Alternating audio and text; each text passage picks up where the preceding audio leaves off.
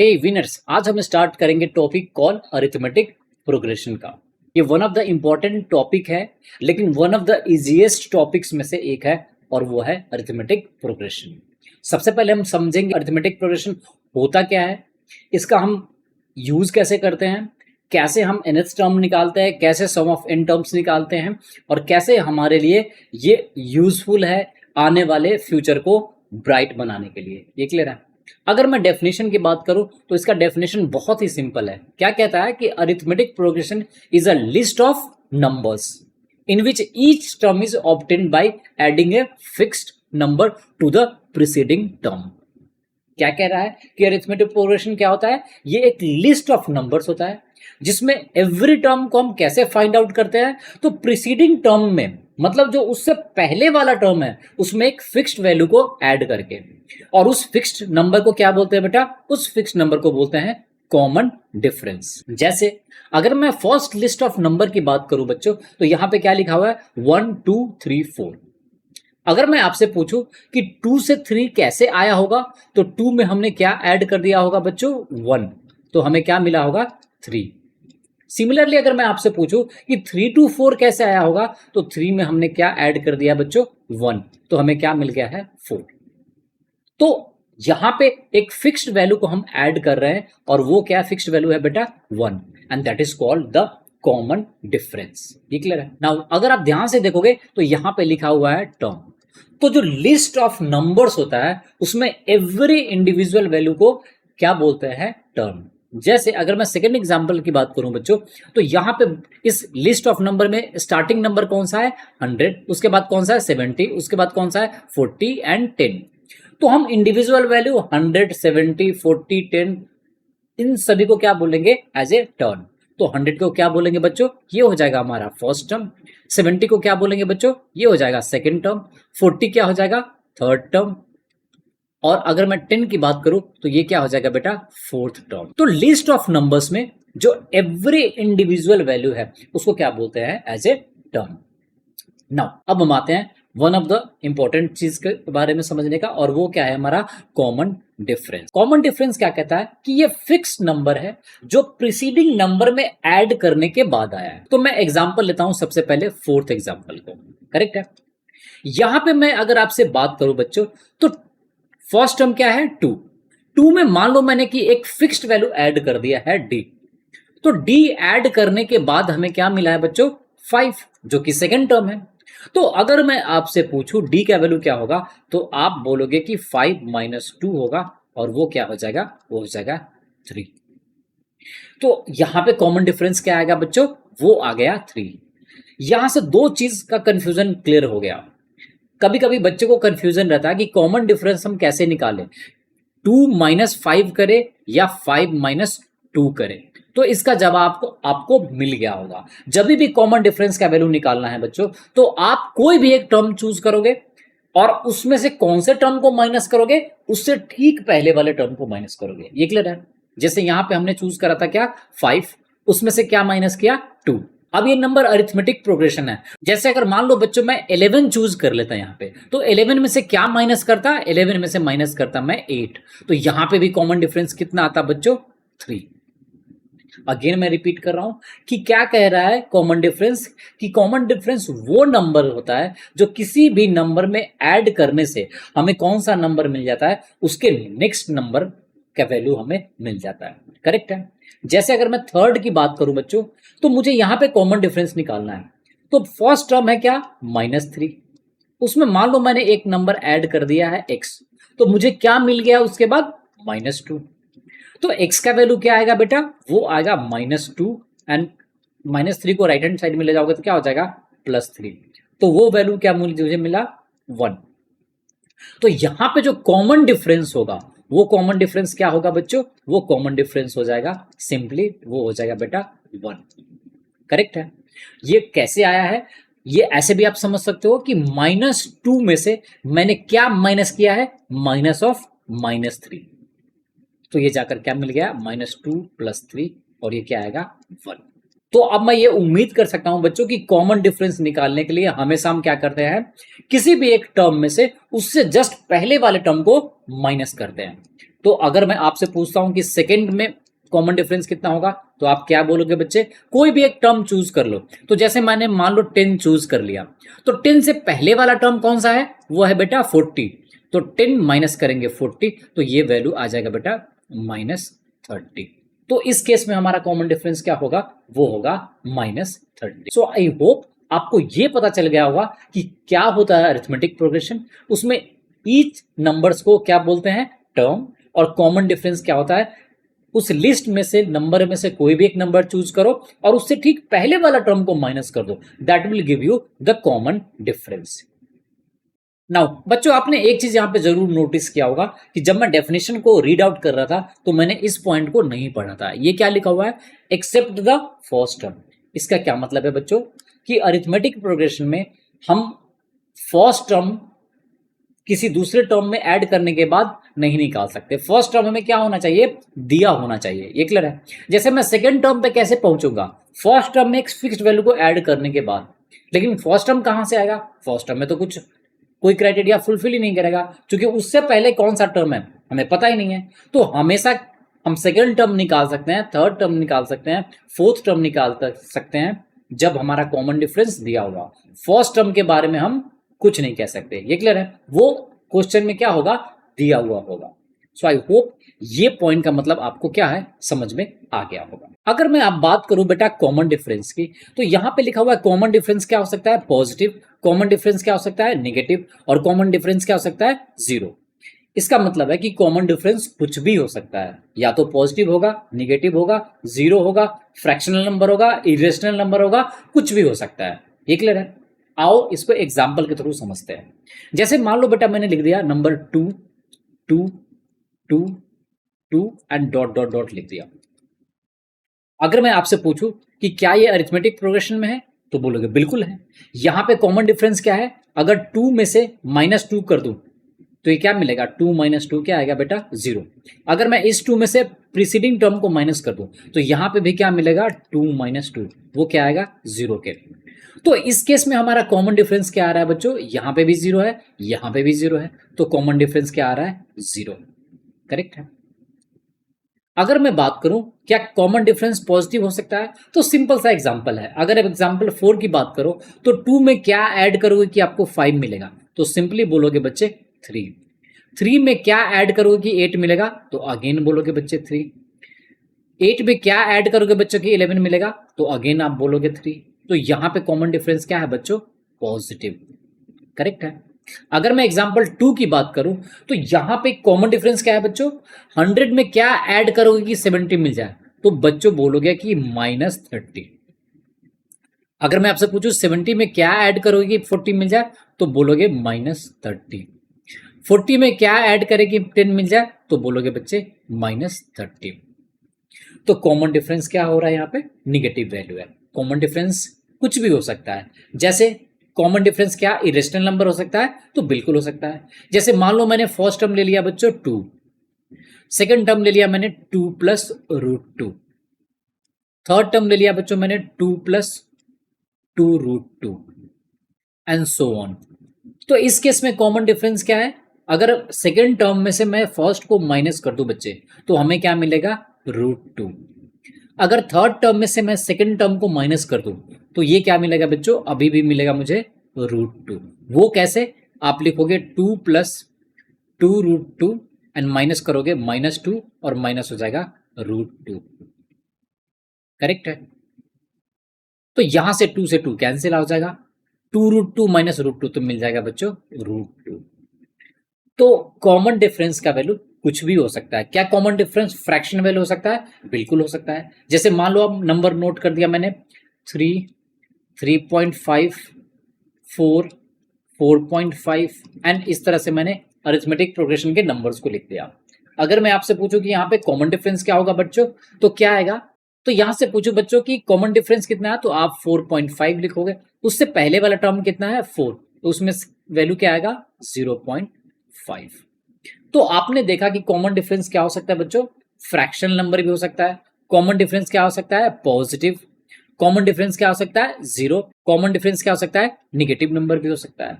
तो common difference can be any value. ये clear है? आई होप आपको ये पॉइंट अच्छे से समझ में आ गया होगा।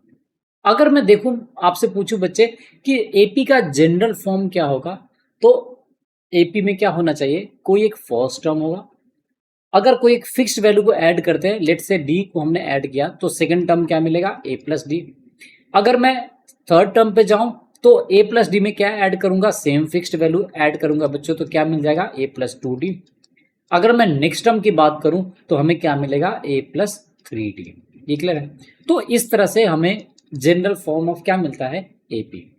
अब यहां जनरल टर्म को लिखने से पहले दो चीज समझते हैं। वो क्या है कि अरिथमेटिक प्रोग्रेशन क्या हो सकता है बेटा, वो फाइनाइट भी हो सकता है और वो क्या हो सकता है, इनफाइनाइट भी हो सकता है। क्लियर है। फाइनाइट अरिथमेटिक प्रोग्रेशन का क्या मतलब है कि जो अरिथमेटिक प्रोग्रेशन दिया हुआ है उसमें फर्स्ट टर्म भी नोन होगा और लास्ट टर्म भी क्या होगा, नोन होगा। ये क्लियर है। जैसे मान लो बच्चों मैं लिखता हूं इवन नंबर लेस देन 100, तो मैं क्या लिखूंगा इसको, 2 4 6 8 10, एंड लास्ट नंबर कौन सा होगा, वो होगा बच्चों 98। क्या दिया हुआ था कि इवन नंबर क्या होना चाहिए, लेस देन 100, तो स्टार्टिंग कौन होगा नंबर, वो होगा 2। लास्ट इवन नंबर जो लेस देन 100 है वो कौन सा होगा, 98। तो इस तरह के अरिथमेटिक प्रोग्रेशन को क्या बोलेंगे कि ये फाइनाइट अरिथमेटिक प्रोग्रेशन है। यहां पे फर्स्ट टर्म भी नोन है और यहां पे लास्ट टर्म भी नोन है। क्लियर है। सिमिलर वे में अगर मैं आपसे पूछूं कि इनफाइनाइट अरिथमेटिक प्रोग्रेशन क्या होगा, तो बाय डेफिनेशन आपको पता है, सिंपल सा लॉजिक बोलोगे कि ऐसा अरिथमेटिक प्रोग्रेशन जिसका फर्स्ट टर्म तो पता है लेकिन लास्ट टर्म क्या है हमें पता नहीं है, that is called as infinite arithmetic progression. जैसे बच्चों मान लो मैं लिख देता हूं 3 5 7 9 11 एंड मैं करता हूं डॉट डॉट डॉट। तो ये सारे कैसे नंबर है, ये सारे ऑड नंबर्स है, स्टार्टिंग विथ 3 और उसके बाद कहां तक जा रहा है, डॉट डॉट डॉट लगा दे। इसका मतलब क्या है, हमें लास्ट टर्म पता नहीं है। ये क्लियर है। ये अरिथमेटिक प्रोग्रेशन में तो है, वो इसलिए कि 3 में क्या ऐड करोगे कि 5 मिलेगा, +2। 5 में क्या ऐड करोगे कि 7 मिलेगा, +2। 7 में क्या ऐड करोगे कि 9 मिलेगा, +2, एंड सो ऑन। तो ये अरिथमेटिक प्रोग्रेशन के क्राइटेरिया को तो फुलफिल कर रहा है। यहां पे हमारा फर्स्ट नंबर भी क्या है, नोन है। फर्स्ट टर्म भी क्या है, नोन है, वो क्या है 3। लेकिन इसका लास्ट टर्म क्या होगा वो हमें पता नहीं है। तो इस तरह के प्रोग्रेशन को क्या बोलते हैं, इनफाइनाइट अरिथमेटिक प्रोग्रेशन। ये क्लियर है। नाउ कभी कभी आपको एक फाइनाइट अरिथमेटिक प्रोग्रेशन जिसमें 3 टर्म्स हो, 5 टर्म्स हो, 4 टर्म्स हो, इस तरह के प्रोग्रेशन को अज्यूम करने की जरूरत पड़ेगी। तो जब भी लिमिटेड नंबर ऑफ टर्म्स को अज्यूम करना है, जैसे मान लो एक एपी अज्यूम करना है जिसमें टोटल कितने टर्म्स है, 3 टर्म्स ही हैं, तो उस केस में एपी का जनरल टर्म कैसा यूज करना आसान रहता है, वो रहता है इस तरह के फॉर्मेट में, जहां आपने फर्स्ट टर्म को क्या अज्यूम किया बेटा, ए माइनस डी, सेकेंड टर्म को क्या अज्यूम किया, ए, और थर्ड टर्म को क्या अज्यूम किया, ए प्लस डी। मैं आपसे पूछूं कि यहाँ पे कॉमन डिफरेंस क्या है बच्चों, तो ए माइनस डी में आपने क्या ऐड किया है, वो डी ऐड किया है, तब जाकर आपको क्या मिला है, सेकेंड टर्म, दैट इंप्लाई ए।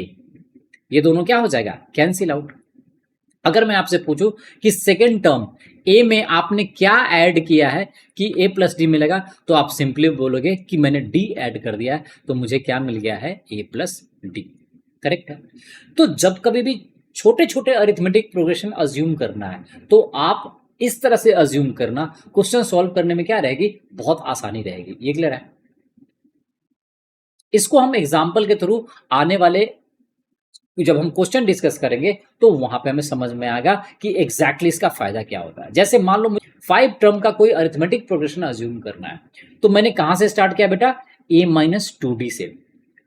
उसके बाद सेकंड टर्म को क्या अज्यूम किया, a माइनस डी। तो मैं आपसे पूछूं बच्चों कि इसमें मैंने क्या ऐड किया है, a माइनस 2d में क्या ऐड किया है कि a माइनस डी मिला, तो आप सिंपली बोलोगे कि a माइनस 2d में मैंने सिंपली ऐड कर दिया है d, तो हमें क्या मिल गया बच्चों, a minus D. a minus 2d क्या था, फर्स्ट टर्म। फर्स्ट टर्म से सेकंड टर्म में क्या ऐड किया बच्चों मैंने, d, तो मुझे क्या मिल गया, सेकंड टर्म। अब मैं आपसे पूछूं सेकंड से थर्ड टर्म जाने में मैंने क्या ऐड किया है, तो आप अभी भी बोलोगे कि मैंने सिंपली d ही ऐड किया है। थर्ड से फोर्थ में जाने के लिए बच्चों मैं क्या पूछूं, तो क्या बोलोगे आप कि आपने सिर्फ d ऐड किया। एंड सिमिलरली अगर मैं फोर्थ से फिफ्थ में जाऊं तो क्या ऐड किया मैंने, डी ऐड किया। तो अगर मुझे कभी भी जरूरत पड़े कि एक अरिथमेटिक प्रोग्रेशन है जिसका 5 टर्म्स मुझे अज्यूम करना है, तो सिंपली आप अज्यूम करना a minus two D, A minus D, A plus D and A plus two D. ये क्लियर है? इसका एक बहुत एडवांटेज होता है, बहुत बेनिफिट होता है कि अगर आप इन सभी टर्म का सम करोगे तो डी वाले टर्म क्या हो जाएंगे, कैंसिल आउट हो जाएगा। इन सभी टर्म्स का सम कितना आएगा, 5a आएगा। इस केस में सभी टर्म्स का सम कितना आएगा, वो 3a आएगा। ये क्लियर है?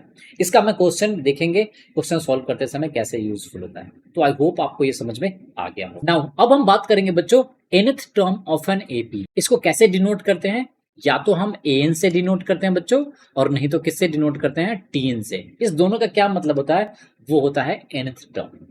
जैसे अगर मैं बोलूं यहाँ पे a क्या है बच्चों, तो ये हमारा फर्स्ट टर्म है। मैं आपसे पूछूं a प्लस डी क्या है, तो ये आप बोलोगे सेकेंड टर्म है। मैं आपसे पूछूं a प्लस टू डी क्या है बच्चों, तो ये कौन सा टर्म है, थर्ड टर्म। तो उसी तरह से अगर एक फाइनाइट जीपी है और मुझे निकालना है कि इसका nth टर्म कौन सा होगा, nth टर्म का वैल्यू क्या होगा, तो कैसे निकालेंगे, यही आज हम सीखेंगे। इसको सीखने के लिए जो नंबर यहाँ पे हॉरिजॉन्टली लिखा हुआ है उसको हम किस में लिखेंगे, वर्टिकली, और उसमें समझने की कोशिश करेंगे। सिंपल सा कॉन्सेप्ट है, आप बहुत आसानी से समझ सकते हो। जैसे मान लो मैंने फर्स्ट टर्म लिख दिया। फर्स्ट टर्म क्या था, वो था बच्चों फर्स्ट टर्म a। ठीक है, इसको मैं लिख सकता हूं कि ये a प्लस 1 माइनस 1 और इंटू किसके इक्वल है, d के इक्वल है। क्लियर है? 1 माइनस 1 कितना होता है, अभी भी ये 0 होता है, तो अभी भी ये किसके इक्वल है, a के इक्वल है। आई होप यहां तक समझने में कोई डाउट नहीं है। a फर्स्ट टर्म था, मैंने a को थोड़ा सा मॉडिफाई करके अपने आंसर तक पहुंचने के लिए उसको मैंने लिख दिया 1 minus 1 into D. 0 into D क्या होता है, हमेशा 0। अब मैं जाता हूं बच्चों सेकंड टर्म। सेकंड टर्म क्या था बेटा, वो था a प्लस डी। क्लियर है? ये था हमारा सेकंड टर्म। सेकंड टर्म को हम कैसे समझ सकते हैं, ये a अभी भी जैसे का तैसा है और यहां पे 1d है, तो 1d को समझने के लिए मैंने लिख दिया 2 माइनस 1 और इंटू क्या कर दिया है, d। अभी भी 2 माइनस 1 किसके इक्वल होता है, a प्लस डी के। करेक्ट है?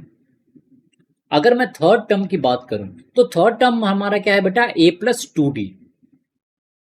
थर्ड टर्म क्या है, वो है बच्चों a प्लस टू डी। इसमें भी थोड़ा सा मॉडिफिकेशन करते हैं, तो मैं a को एज इट इज रहने दिया हूं। यहां पे जो 2 है उसको मैंने क्या लिख दिया, 3 माइनस 1 और इसको लिख दिया d। अभी भी ये किसके इक्वल आएगा बेटा, a प्लस टू डी के। क्लियर है? अब मान लो मुझे चाहिए nth टर्म, कि nth टर्म क्या होगा इस अरिथमेटिक प्रोग्रेशन का। तो आप ध्यान से सोचो, यहां पे फर्स्ट टर्म तो हमेशा क्या है, a आ रहा है, तो यहां पे फर्स्ट टर्म अभी भी क्या होगा बच्चों, वो तो a ही होगा। क्लियर है? अब आगे वैल्यू क्या होगा, यहां पे फर्स्ट था तो 1 माइनस 1 था, इस टर्म पे फोकस करो। अगर ये सेकेंड था तो क्या था, 2 माइनस 1 था। अगर ये थर्ड टर्म था तो बच्चों क्या था, 3 माइनस 1। तो यहां पे अगर nth टर्म की बात करें तो वो क्या हो जाएगा, वो हो जाएगा बच्चे n minus 1। As simple as that. यहां तक समझने में कोई दिक्कत नहीं होनी चाहिए। एक बार मैं फिर से रिपीट कर रहा हूं, अगर फर्स्ट टर्म था तो हमने क्या लिखा, 1 माइनस 1। अगर सेकेंड टर्म था तो हमने क्या लिखा, 2 माइनस 1। अगर ये थर्ड टर्म था तो मैंने क्या लिखा, 3 माइनस 1। तो उसी तरह से अगर मैं nth टर्म की बात करूं तो क्या हो जाएगा, n माइनस 1। और अगर आगे देखोगे तो यहां पे d सब जगह क्या है बेटा, फिक्स्ड है, तो यहां पे भी एक क्या आ जाएगा, d मल्टीप्लीकेशन। तो अगर मैं nth टर्म की बात करूं तो वो मुझे क्या मिल जाएगा, tn is equal to a plus n minus 1 और इंटू क्या हो जाएगा, d। ये क्लियर है? इसको कभी कभी tn से डिनोट करते हैं, नहीं तो कभी कभी आपको लिखा रहेगा an। ये क्लियर है? तो यहां पे a क्या है बच्चों, ये है फर्स्ट टर्म, और n क्या है, जो टर्म आपको चाहिए। जैसे अगर मान लो मुझे 50वां टर्म चाहिए होता तो मैं क्या लिखता, वो लिखता a प्लस 50 माइनस 1 इंटू क्या लिखता, d।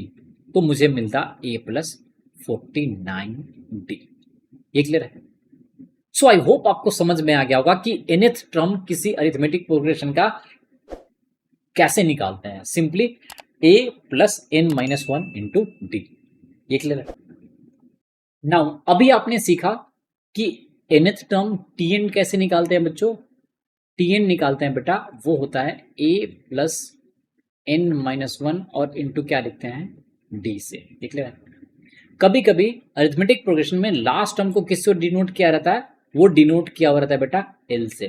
तो हम क्या लिख सकते हैं, l is equal to a plus n minus one into क्या हो जाएगा d। अब हम थोड़ा सा मैनिपुलेशन करते हैं। तो अगर मैं a को लेफ्ट हैंड साइड में ले लूँ तो मैं क्या लिखूंगा, l minus a is equal to क्या हो जाएगा बेटा n minus one into D. यहां तक आई होप समझ में आ गया होगा। अब मैं क्या करता हूं, इस d को इधर डिवाइड कर देता हूं। तो मैं क्या लिखूंगा बच्चे, l minus a divided by क्या हो जाएगा d इज इक्वल टू मिलेगा n माइनस वन। करेक्ट है। यहां से अगर बच्चों मैं n का वैल्यू निकालूं तो n का वैल्यू क्या मिलेगा, वो मिलेगा l minus a divided by d। And साथ में इस वन को अगर मैं लेफ्ट हैंड साइड में ले जाता तो माइनस वन से क्या हो जाता पॉजिटिव, तो ये मिलेगा वन। क्लियर है। इसका बहुत ही सटीक यूज होता है, बहुत ही फास्ट यूज होता है नंबर ऑफ टर्म्स निकालने के लिए। जैसे मान लो मैं बोलता हूं आपको कि एक अरिथमेटिक प्रोग्रेशन है जिसका फर्स्ट टर्म क्या है बेटा 2, सेकेंड टर्म क्या है 4, 6, 8 और लास्ट टर्म क्या दिया हुआ है बच्चों, वो दिया हुआ है 98 और आपसे पूछ रहा है कि नंबर ऑफ टर्म्स मुझे निकाल के बताओ। तो हम इसी फॉर्मूले का क्या करेंगे यूज। एन कैसे निकालेंगे, एन होता है क्या लास्ट टर्म, लास्ट टर्म यहां पे क्या था एल, माइनस ए क्या है फर्स्ट टर्म, डिवाइडेड बाई क्या है बच्चों, डिवाइडेड बाई यहां पे क्या लिखा हुआ है डी। तो आप बोलोगे कि ये क्या है कॉमन डिफरेंस है और साथ में आपने क्या ऐड कर दिया है बच्चों, वो ऐड कर दिया है प्लस वन। क्लियर है।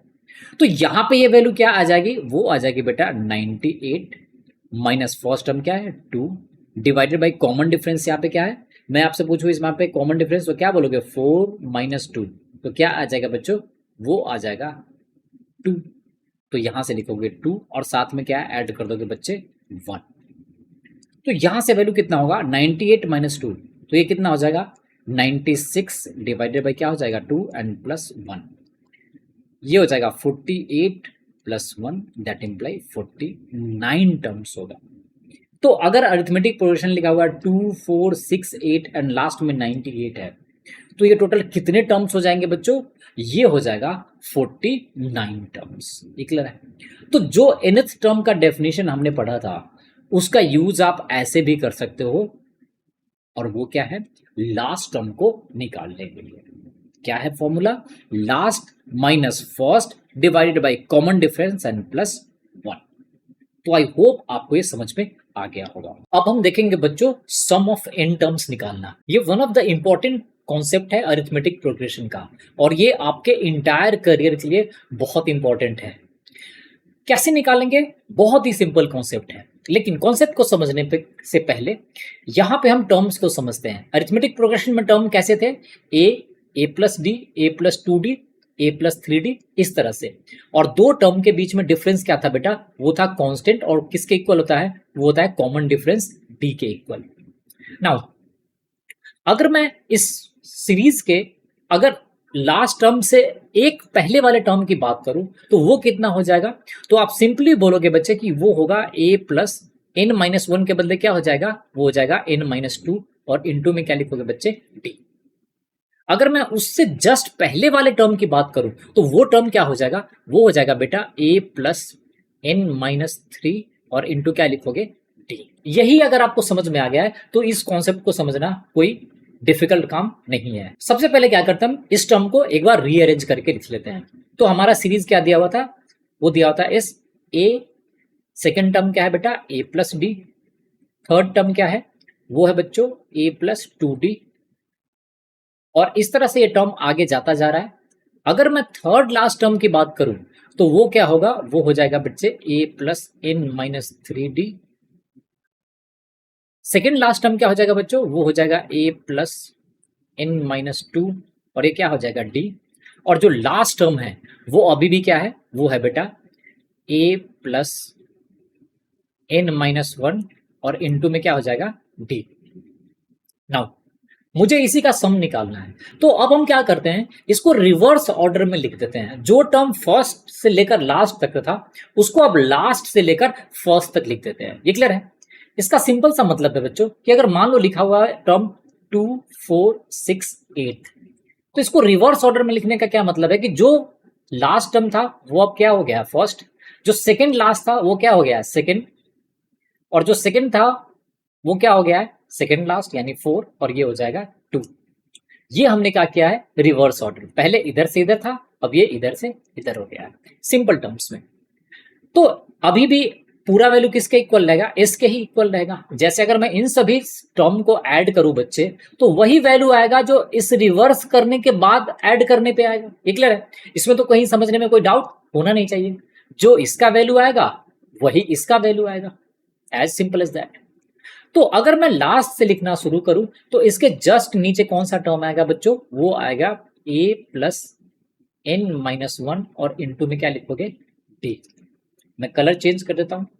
इसके जस्ट नीचे कौन सा टर्म आएगा, जो सेकंड टर्म होगा वो यहां से होगा बच्चों सेकंड लास्ट टर्म।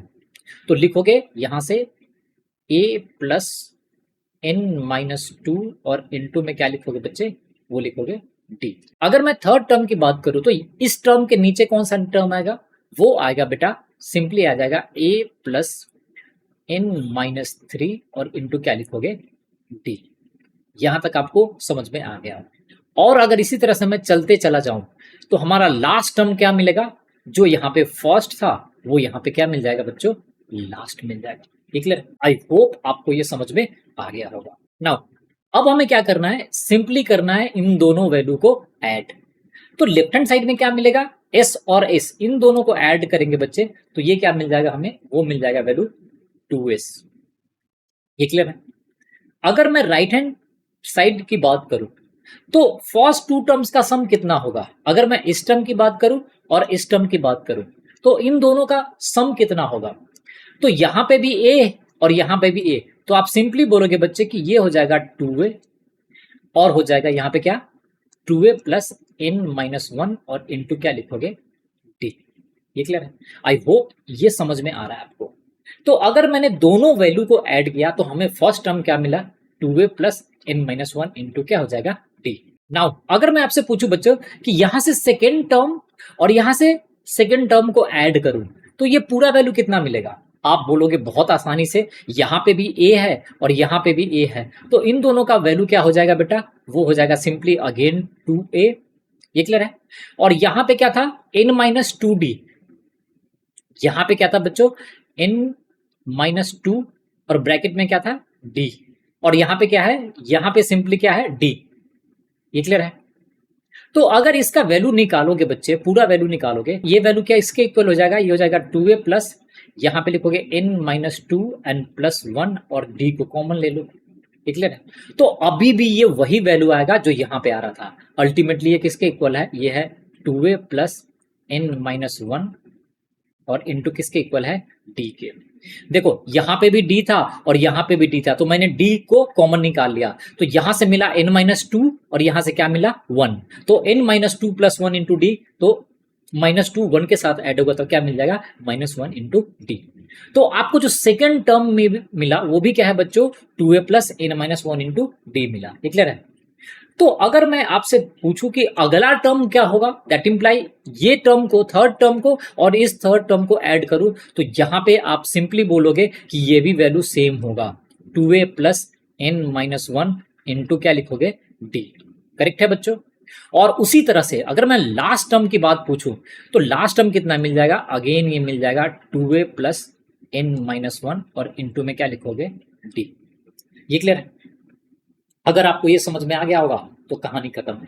आपको सिंपली क्या कितने टर्म्स मिले, यहां पे भी कितने टर्म्स थे बच्चों, यहां पे भी n टर्म्स था लास्ट टर्म, यहां पे भी कितने टर्म्स है n टर्म्स है। तो अगर मैं आपसे पूछूं कि ये कितने टर्म्स होंगे तो ये फर्स्ट बोलोगे, ये बोलोगे सेकंड, ये क्या बोलोगे बेटा थर्ड, और ये जो लास्ट टर्म है वो कौन सा टर्म हो जाएगा, nth टर्म हो जाएगा सम करने के बाद। और सबका वैल्यू कितना है, n बार ये वैल्यू आएगा। तो मैं आपसे पूछूं कि 2s का वैल्यू कितना हो जाएगा, तो आप सिंपली बोलोगे कि n हो जाएगा, और इनटू में हो जाएगा बच्चों simply 2a plus n-1 into D. I hope ये समझ में आ गया होगा। तो अगर आपको s का वैल्यू निकालना था तो यहाँ पे 2 मल्टीप्लीकेशन में है, तो s का वैल्यू क्या मिल जाएगा, वो मिल जाएगा बेटा n/2 इंटू लिखोगे 2a प्लस n-1 इंटू में क्या हो जाएगा d। तो यही हमारा फॉर्मूला और यू कैन से आइडेंटिटी होता है किसी भी अरिथमेटिक प्रोग्रेशन का सम निकालने के लिए। हम कैसे निकालते हैं, वो निकालते हैं बेटा s is equal to n/2 into 2a plus n-1 into D. हमने क्या किया है, सिंपली अरिथमेटिक प्रोग्रेशन के टर्म को जो a प्लस डी था, a plus dot dot dot n-1 into D था, उसको उल्टे ऑर्डर में लिख लिया है। ये क्लियर है। अब जो कॉन्सेप्ट हमने यूज किया उसको आप यहां से वेरीफाई कर सकते हो बच्चों। जैसे ये 2 4 6 8 किस में है, ये भी एपी में है। अगर मैं यहां से बात करूं तो 8 6 4 2 भी किस में है, वो भी एपी में है। अगर मैं 2 और 8 को ऐड करूं तो क्या मिलेगा 10, 4 और 6 को ऐड करूं तो क्या मिलेगा 10, 6 और 4 को ऐड करूं तो क्या मिलेगा 10, और यहां पे भी 8 और 2 को ऐड करूं तो क्या मिलेगा बच्चों 10। तो आप देख पा रहे हो कि रिवर्स ऑर्डर में टर्म लिखने के बाद अगर सारे टर्म को करस्पॉन्डिंग, फर्स्ट टर्म को फर्स्ट टर्म के साथ, सेकंड टर्म को सेकंड टर्म के साथ, थर्ड टर्म को थर्ड टर्म के साथ ऐड करूं तो हमें एक फिक्स्ड वैल्यू मिलता है, और वो वैल्यू क्या मिलता है 2a plus n-1 into D. ये क्लियर है। तो ये सिंपल सा कॉन्सेप्ट था जिसको हमने आज सीखा, और वो क्या है, sum of first in terms of an AP. I hope आपको ये समझ में आ गया होगा। One of the important concepts है। नाउ एक चीज यहां पे इंपॉर्टेंट है, कभी कभी यहां पे n से मल्टीप्लाई करने के बाद बच्चों को समझने में डाउट होता है, तो उसके लिए एक छोटा सा एग्जाम्पल है। जैसे मान लो बच्चों मुझे 2 plus 2 plus 2 plus 2 4 times add करना है, तो हम क्या लिखेंगे, सिंपली लिख देंगे बच्चों 4 इंटू 2। ये क्लियर है। तो यहां से same term 2a plus n-1 into D कितनी बार रिपीट हो रहा था, n टाइम्स, इसलिए हमने क्या लिख दिया है n into 2a plus n-1 into D. ये क्लियर है। डोंट गेट कंफ्यूज कि कॉन्सेप्ट और इंफॉर्मेशन कहां से आ रहा है, सिंपल सा लॉजिक तरीके से समझो, सो दैट ये लाइफ लॉन्ग आपको क्या रहे, याद। नाउ अब हम देखेंगे इसी के डिफरेंट डिफरेंट फॉर्मेट का, कि सम ऑफ n टर्म्स को हम दूसरे तरीके से कैसे अरेंज करके लिख सकते हैं। नाउ अभी तक आपने सीख लिया कि सम ऑफ n टर्म्स क्या होता है, वो होता है simply s is equal to, आप लिखते हो बच्चों n/2 into 2a plus n-1 और इंटू क्या लिखते हो बच्चे d। ये क्लियर है। अगर मैं इसमें थोड़ा सा मॉडिफिकेशन कर दूं तो मैं इसको क्या लिख सकता हूं बेटा, इसको लिख सकता हूं n/2, इस 2a को मैं लिख सकता हूं a, और फिर से लिख सकता हूं a प्लस n-1 और इंटू में क्या लिख सकता हूं बेटा d। यहां तक तो समझने में कोई डाउट नहीं है। नाउ ध्यान से इस पे फोकस करो। ये क्या है बेटा, ये है फर्स्ट टर्म, और आपने पढ़ा था nth टर्म क्या होता है, tn निकालते हो तो आप क्या लिखते हो बेटा, वो लिखते हो a प्लस n-1 और इंटू क्या लिखते हो d। तो अगर आप ध्यान से देखोगे तो ये पूरा वैल्यू किसके इक्वल है, ये है लास्ट टर्म के। ये क्लियर है। जो टर्म यहां पे है वही टर्म यहां पे है। तो अगर इस आइडेंटिटी को, फॉर्मूले को अगर ध्यान से मैं देखूं तो मैं इसको सिंपली लिख सकता हूं बेटा n/2, a क्या होता है, a हमारा होता है बेटा फर्स्ट टर्म, फर्स्ट टर्म, ये यहां पे क्या है a प्लस n-2, इसको लिख सकते हो बेटा लास्ट टर्म, और डिवाइडेड बाय क्या हो जाएगा 2। तो जो हमारा फॉर्मूला था शुरू में, जो हम ऐसे याद कर सकते थे, उसको हम ऐसे भी याद कर सकते हैं कि वो किसके इक्वल होगा, वो इक्वल होगा बेटा n/2 first term and plus last term, और लास्ट टर्म को हम किससे डिनोट करते हैं बेटा, l से डिनोट करते हैं। तो इसको आप फर्दर लिख सकते हो कि s इज इक्वल टू क्या होता है, वो होता है a प्लस l और डिवाइडेड बाई सिंपली 2, और इसमें किससे मल्टीप्लाई कर दोगे, n से मल्टीप्लाई कर दोगे। ये क्लियर है। n को पहले लिखो या बाद में लिखो, बात क्या है, इक्वल है। यही चीज ऊपर लिखा हुआ है बेटा कि सम क्या होता है, वो होता है n/2 into a plus l। Now question ये उठता है कि हम इसको दूसरे फॉर्मूले को क्यों हमने रीड किया है, तो ये प्रिसाइजली वहां पे बहुत इंपॉर्टेंट हो जाता है जब आपको सम निकालना हो और फर्स्ट टर्म दिया हो, लास्ट टर्म दिया हो और नंबर ऑफ टर्म्स दिया हो। ये क्लियर है? तो यहाँ पे इस तरह के सम में ये डायरेक्ट शॉर्टकट फॉर्मूला बहुत ही यूजफुल होता है। ये क्लियर है? तो हम जब भी कुछ पढ़ते हैं तो उसके यूटिलिटी पे भी ध्यान रखो कि उसका यूज हम कहाँ कर सकते हैं। तो किसी क्वेश्चन में अगर फर्स्ट टर्म दिया हो, लास्ट टर्म दिया हो और टोटल नंबर ऑफ टर्म्स दिया हो, तो आप सिंपली क्या कर सकते हो, ये फॉर्मूला यूज करके आसानी से अपने कैलकुलेशन को क्विक एंड एक्यूरेट बना सकते हो। ये क्लियर है? सो आई होप आपको ये समझ में आ गया होगा बच्चों। अगर मैं आपसे पूछूं बच्चों कि अरिथमेटिक प्रोग्रेशन का सम क्या होता है, तो आप सिंपली बोलते हो सम होता है n/2 और इनटू a प्लस एल, जहां पे a क्या है, फर्स्ट टर्म है और ये क्या है, लास्ट टर्म है। ये क्लियर है?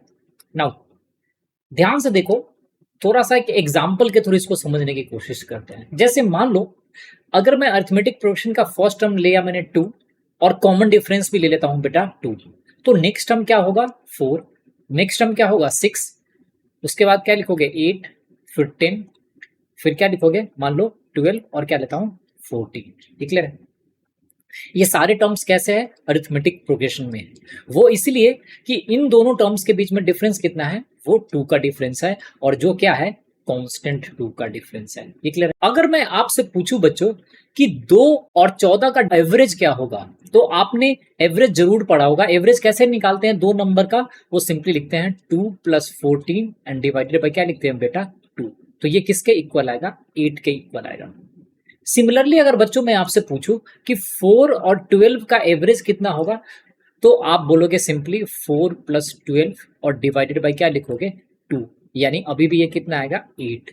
और सिंपली बेटा मैं पूछूं 6 और 10 का एवरेज क्या होगा, तो अगेन आप बोलोगे कि 6 + 10 डिवाइडेड बाय 2 और ये भी किसके इक्वल आएगा 8 के। और 8 तो खुद में एक नंबर है, तो एक नंबर का एवरेज क्या होता है, सेम नंबर 8 ही होगा। तो यहां से एग्जाम्पल के थ्रू समझ देखने से आपको पता चल रहा है कि किसी भी अरिथमेटिक प्रोग्रेशन में अगर मुझे सम निकालना है तो सिंपली हम क्या करेंगे, फर्स्ट टर्म और लास्ट टर्म या सेकंड और सेकंड लास्ट टर्म किसी भी नंबर को चूज किया लेफ्ट हैंड साइड से और वैसे ही corresponding position right hand side से लिया और दोनों का एवरेज निकाल लिया और टोटल नंबर टर्म से क्या कर दिया मल्टीप्लाई। तो जो हमारा फॉर्मूला था S = n/2 और इनटू में था a + l।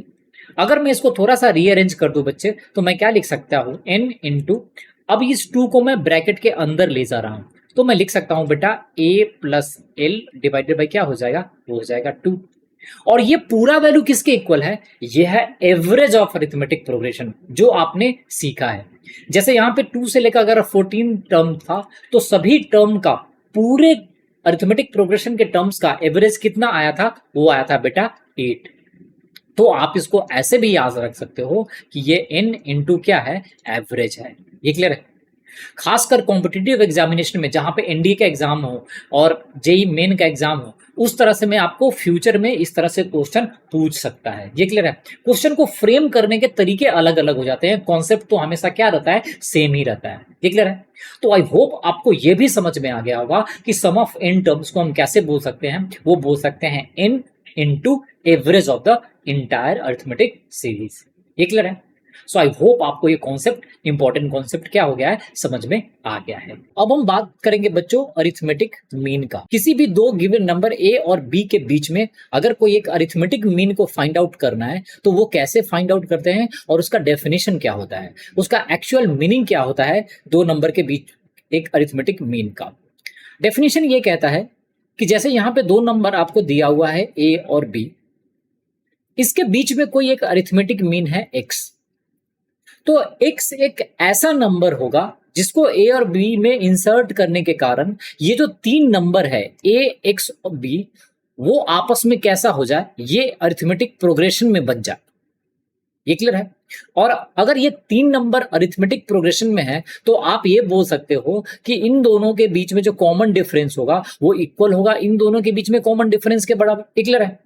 तो बच्चों अगर मैं आपसे पूछूं कि b और x के बीच में कॉमन डिफरेंस क्या होगा, तो आप सिंपली बोलोगे कि ये होगा b - x। ये क्लियर है। और वही सेम कॉमन डिफरेंस किसके किसके बीच में होगा, ए और एक्स के बीच में। तो वो कॉमन डिफरेंस क्या होगा, वो बोलोगे एक्स माइनस ए। और बाय डेफिनेशन ये दोनों वैल्यू आपस में क्या है, इक्वल है।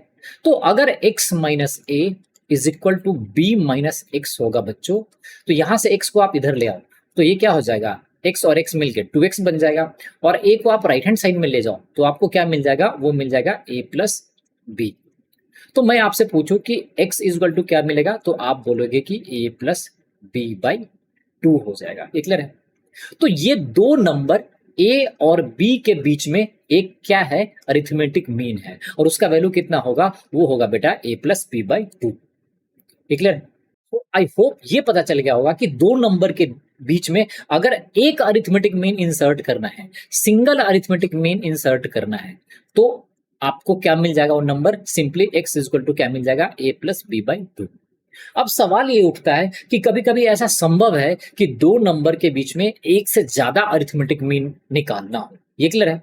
तो कैसे निकालेंगे, सिंपली हम कॉमन डिफरेंस अगर मुझे मिल जाए कहीं से, हम निकाल सकते हैं। तो अब हम देखते हैं बच्चों कि दो नंबर के बीच में अगर एक से ज्यादा अरिथमेटिक मीन इंसर्ट करना है तो कैसे निकालेंगे। तो अभी भी आपको दो नंबर क्या दिया हुआ है बेटा, वो दिया हुआ है a और क्या दिया हुआ है b। ये कौन सा टर्म है, फर्स्ट टर्म है, और ये कौन सा टर्म है, लास्ट टर्म है। इसको मैंने दूर दूर इसलिए लिखा है कि इसके बीच में मुझे कितने अरिथमेटिक मीन इंसर्ट करना है, वो n अरिथमेटिक मीन इंसर्ट करना है। तो मैंने मान लिया बच्चों कि अरिथमेटिक मीन कैसा है, ये a1 है, ये a2 है, ये a3 है, और ये a4 है, और up to dot dot dot dot कितने अरिथमेटिक मीन है बच्चों, an है। क्लियर है। अब थोड़ा सा दिमाग लगाओ यहाँ पे, ए का पोजीशन पहले कौन पोजीशन पे था, किस पोजीशन पे था, ए फर्स्ट पोजीशन में था, फर्स्ट टर्म था। बी का पोजीशन कितना था, शुरू के केस में बी का पोजीशन था सेकंड। लेकिन अगर इन दोनों के बीच में मैंने एन अरिथमेटिक मीन इंसर्ट कर दिया है, तो क्या चेंज हुआ है, जरा ध्यान से सोचो। सिंपली चेंज हुआ है कि ए तो अभी भी फर्स्ट पोजीशन पे है, लेकिन बी का जो पोजीशन था वो अब कौन सा हो गया है, यहां पे n एलिमेंट्स और बीच में आ गए हैं। ये क्लियर है। तो b का पोजीशन कौन सा होगा, ये फर्स्ट, बीच में और आ गया n। तो अगर मैं b के पोजीशन की अब बात करूं बच्चे, तो अब ये कौन सा पोजीशन पे होगा, वो हो जाएगा n plus one plus one, यानी ये n प्लस 2th पोजीशन पे आ जाएगा। आई होप आपको ये समझ में आ गया हो। देखो जैसे दो पर्सन है, यहाँ पे एक पर्सन है, यहाँ पे एक पर्सन है, किसी दो पर्सन के बीच में अगर एक पर्सन को इंसर्ट कर दो, बैठा दो बीच में, तो ये फर्स्ट पोजीशन पे तो रहेगा, ये पहले कितना था, सेकंड पोजीशन पे। लेकिन इस पर्सन के आने के कारण अब इसकी पोजीशन कितनी हो जाएगी, ये तो अभी भी फर्स्ट पे रहेगा, अब ये हो गया है सेकंड, अब ये क्या हो गया है, थर्ड। ये क्लियर है। तो यहां पे क्या था, ये अभी भी फर्स्ट पोजीशन पे आ गया है, यहां पे n आ गया है, तो इसकी पोजीशन कौन सी होगी, ये फर्स्ट था, इन दोनों को ऐड कर दे तो n प्लस वन पोजीशन पे है, तो ये पोजीशन कौन सा होगा, उसमें एक नंबर और बढ़ जाएगा, तो ये पोजीशन हो जाएगा n plus one and plus one. ये क्लियर है। वही चीज मैंने यहाँ पे किया है। ये क्लियर है बच्चों। अगर आपको ये चीज समझ में आ गया है तो कहानी सिंपल है। अब देखो b कौन सा टर्म है, n प्लस 2th टर्म है, फर्स्ट टर्म क्या मिल गया, a। तो बताओ आपको कॉमन डिफरेंस एपी का नहीं निकाल सकते हो क्या, आपने पढ़ा है tn इक्वल टू क्या होता है, वो होता है बेटा a plus n minus one और इनटू क्या लिखते हो, d। तो यहां से tn क्या दिया हुआ है, tn का वैल्यू आपको दिया हुआ था b, जो लास्ट टर्म है। क्लियर है। फर्स्ट टर्म a क्या है बेटा, वो है कैपिटल A। यहां पे कौन सा टर्म है b, वो है n प्लस 2th टर्म, तो आप लिखोगे n प्लस 2 माइनस वन और इनटू क्या लिखोगे, d। ये क्लियर है। हमने यहाँ पे n के बदले n प्लस 2 क्यों लिया है बच्चों, आई होप ये क्लियर है। वो इसलिए लिया है कि b के पोजीशन अब क्या हो गया है, n प्लस 2th पोजीशन पे है। ये क्लियर है। नाउ सिंपल सी आपको प्रोसेस को फॉलो करना है, a को इधर ले आओ तो क्या मिल जाएगा, b माइनस a, और यहाँ पे क्या आ जाएगा, ये आ जाएगा बेटा n प्लस वन और इनटू क्या लिखोगे, d। करेक्ट है। तो यहां से कॉमन डिफरेंस क्या आया बेटा, कॉमन डिफरेंस आ गया b minus A divided by n plus one. ये क्लियर। अब आपको ये पता चल गया कि कॉमन डिफरेंस इन दोनों के बीच में क्या आ रहा है। अगर कॉमन डिफरेंस आपको पता चल गया तो आप सिंपली निकाल सकते हो कि दो टर्म के बीच में अरिथमेटिक मीन कैसे आएगा। ये क्लियर है? अब देखो, हम फर्स्ट वाले केस को कैलकुलेट करके फर्स्ट वाले केस का एग्जांपल लेकर हम इसको वेरीफाई कर सकते हैं। वो देखो कैसे। दो टर्म था ए और बी, उसके बीच में एक अरिथमेटिक मीन को इंसर्ट करना है। तो मैंने मान लिया कि अरिथमेटिक मीन कैसा है, एक्स। अब अगर एक ही अरिथमेटिक मीन इंसर्ट करोगे बेटा तो यहां पे कॉमन डिफरेंस क्या आएगा ये बता दो। कॉमन डिफरेंस आ जाएगा d is equal to B minus A and divided by n की जगह पे क्या लिखोगे 1, तो ये हो जाएगा 2। तो मुझे कॉमन डिफरेंस क्या मिल गया, b माइनस ए बाई 2। इसको थोड़ा सा और डिवाइड करोगे तो ये क्या हो जाएगा बेटा b बाई 2 एंड माइनस क्या हो जाएगा a बाई 2। ये क्लियर है? अब मुझे x निकालना है कि अरिथमेटिक प्रोग्रेशन में अगर फर्स्ट टर्म दिया हुआ है और मुझे सेकंड टर्म निकालना है तो इस दोनों में क्या ऐड कर दोगे, कॉमन डिफरेंस ही तो ऐड करोगे। तो अगर मुझे x चाहिए तो बेटा a में मैं क्या ऐड कर दूंगा, a में ऐड कर दूंगा कॉमन डिफरेंस। तो कॉमन डिफरेंस क्या था b बाई 2 एंड माइनस क्या था a बाई 2। तो a माइनस a बाई 2 तो क्या मिल जाएगा a बाई 2 और साथ में b बाई 2। ठीक है, तो यही तो मैंने आपको बताया था कि अगर दो नंबर दिया हुआ है उसके बीच में अरिथमेटिक मीन क्या होता है, वो होता है बेटा a प्लस बी और डिवाइडेड बाई 2 लिखते हैं। ये क्लियर है? सो आई होप आपको पता चल गया होगा कि दो नंबर के बीच में अगर एक अरिथमेटिक मीन निकालना है तो कैसे निकालते हैं, अगर इन अरिथमेटिक मीन निकालना है तो कैसे निकालते हैं। यहाँ पे मुझे कॉमन डिफरेंस पता चल गया, यही कॉमन डिफरेंस हम क्या करते जाएंगे, ए में एक बार ऐड कर देंगे तो a1 मिलेगा, इसमें वही टर्म ऐड कर देंगे तो क्या मिल जाएगा a2 मिल जाएगा, इसमें वही ऐड कर देंगे तो क्या मिल जाएगा a3 मिल जाएगा। एंड ये प्रोसेस क्या रहेगा, कंटिन्यूड रहेगा। ये क्लियर है? सो आई होप ये इंपॉर्टेंट कॉन्सेप्ट है जो 11th क्लास के लिए जरूरी है समझना। डिफरेंट कॉम्पिटिटिव एग्जामिनेशन में इस तरह से क्वेश्चन बहुत आता है कि n अरिथमेटिक मीन इंसर्ट कर दिया, 5 अरिथमेटिक मीन इंसर्ट कर दिया, तो कैसे इस तरह के क्वेश्चन को टैकल करोगे। सो आई होप आपको समझ में आ गया होगा। आज हम बच्चे बात करेंगे 11th क्लास का टॉपिक सीक्वेंस एंड सीरीज के बारे में, जो नॉट ओनली 11th क्लास के लिए इंपॉर्टेंट है बल्कि डिफरेंट कॉम्पिटिटिव एग्जामिनेशन के लिए बहुत ही ज्यादा इंपॉर्टेंट है। इसका यूज डिफरेंट सब्जेक्ट में भी होता है। ये क्लियर है? इसके डेफिनेशन को समझेंगे, सीक्वेंस का क्या मतलब होता है, सीरीज का क्या मतलब होता है, प्रोग्रेशन का क्या मतलब होता है, सारी चीजों को समझेंगे। ये क्लियर है? सबसे पहले अगर मैं बात करूं कि what is the meaning of sequence, और चैप्टर का नाम है sequence and series, that imply ये दो डिफरेंट टर्म होगा, जरूर कुछ ना कुछ डिफरेंस होगा सीक्वेंस में और सीरीज में, तभी ये दिया हुआ है क्या है, सीक्वेंस एंड सीरीज। अगर ये दोनों टर्म सेम होता तो हम बोलते क्या है कि ये सीक्वेंस और सीरीज है। ये क्लियर है? तो यहां पे दिया हुआ है बेटा सीक्वेंस एंड सीरीज। अगर मैं डेफिनेशन की बात करूं तो सीक्वेंस क्या कहता है कि सीक्वेंस है a sequence is an ordered collection of object often numbers that allow a specific rule और पैटर्न। इसका क्या मतलब है, कह रहा है कि सीक्वेंस क्या होता है, ये कलेक्शन ऑफ ऑब्जेक्ट है और मोस्टली क्या होता है, ये नंबर्स होता है। जैसे अगर मैं बात करूं जो सीक्वेंस यहां पे मैंने मेंशन करा हुआ है वो क्या है बेटा, वो नंबर है 2 3 5 7 एंड 11। अगर मैं पूछूं कि इसमें क्या पैटर्न है तो आप क्या बोलोगे कि ये सारे नंबर कैसा है, ये सारे नंबर प्राइम नंबर्स है। ये क्लियर है? तो ये सारे कलेक्शन ऑफ नंबर्स क्या है, ये भी एक सीक्वेंस है, ये पर्टिकुलर रूल को फॉलो करता है। ये क्लियर है? पर्टिकुलर रूल क्या है कि जो भी नंबर है वो सारे के सारे नंबर कैसे हैं, प्राइम नंबर है। ये क्लियर है? जैसे मान लो बच्चों मैं एक पैटर्न लिख देता हूं n divided by n plus 1, और अगर मैं n का वैल्यू चेंज कर देता हूं, n इक्वल टू अगर मैं 1 2 3 और इस तरह से नंबर को रखते जाऊं तो हमें क्या नंबर मिलेगा। फर्स्ट अगर इनका वैल्यू मैं 1 रखूंगा बच्चों तो यहां पे मिलेगा 1/2। सेकंड नंबर क्या मिलेगा, सेकंड नंबर मिल जाएगा बेटा 2/3। थर्ड नंबर क्या मिलेगा, वो मिल जाएगा बेटा 3/4। तो हम बोल सकते हैं कि ये भी नंबर क्या है, एक सीक्वेंस का क्या है, पार्ट है। ये क्लियर है? एक सर्टेन रूल को फॉलो कर रहा है। सर्टेन रूल क्या है कि जो न्यूमरेटर का वैल्यू है वो डिनोमिनेटर से क्या है, 1 कम है। तो इसको हम क्या बोलेंगे कि ये भी एक पर्टिकुलर पैटर्न को फॉलो कर रहा है जहां पे डिनोमिनेटर और न्यूमरेटर के बीच का डिफरेंस क्या है, 1 है। तो ये भी एक सिंपल सा एग्जाम्पल है सीक्वेंस का। नाउ यहाँ पे दो टर्म लिखा हुआ है बेटा, वो है एक फाइनाइट सीक्वेंस और दूसरा क्या है, इनफाइनाइट सीक्वेंस। तो जिस तरह से हम प्रोग्रेशन में पढ़ाई करा था हमने कि फाइनाइट क्या होता है, फाइनाइट के लिए अगर मैं सीक्वेंस की बात करूं तो फर्स्ट टर्म भी जिसका नोन हो और जिसका लास्ट टर्म भी क्या हो, नोन हो, फर्स्ट टर्म भी नोन और लास्ट टर्म भी नोन, तो हम उसको क्या बोलेंगे कि सीक्वेंस कैसा है, फाइनाइट है। जैसे अगर इस एग्जांपल में बेटा मैं बोलता हूं कि n डिवाइडेड बाई n+1, और जहां पे n का वैल्यू का कहां से ले सकते हो, n का value 1 2 3 and up to let say मैं 10 टर्म्स तक ले लेता हूं, तो यहाँ पे हमें फर्स्ट टर्म क्या मिलेगा बच्चों, फर्स्ट टर्म मिलेगा 1/2, ये क्लियर है। सेकंड टर्म क्या मिला 2/3, और लास्ट टर्म क्या मिलेगा, n का वैल्यू मैं क्या रख दूंगा बेटा 10, तो यहाँ पे लास्ट टर्म मिलेगा 10 डिवाइडेड बाई 11।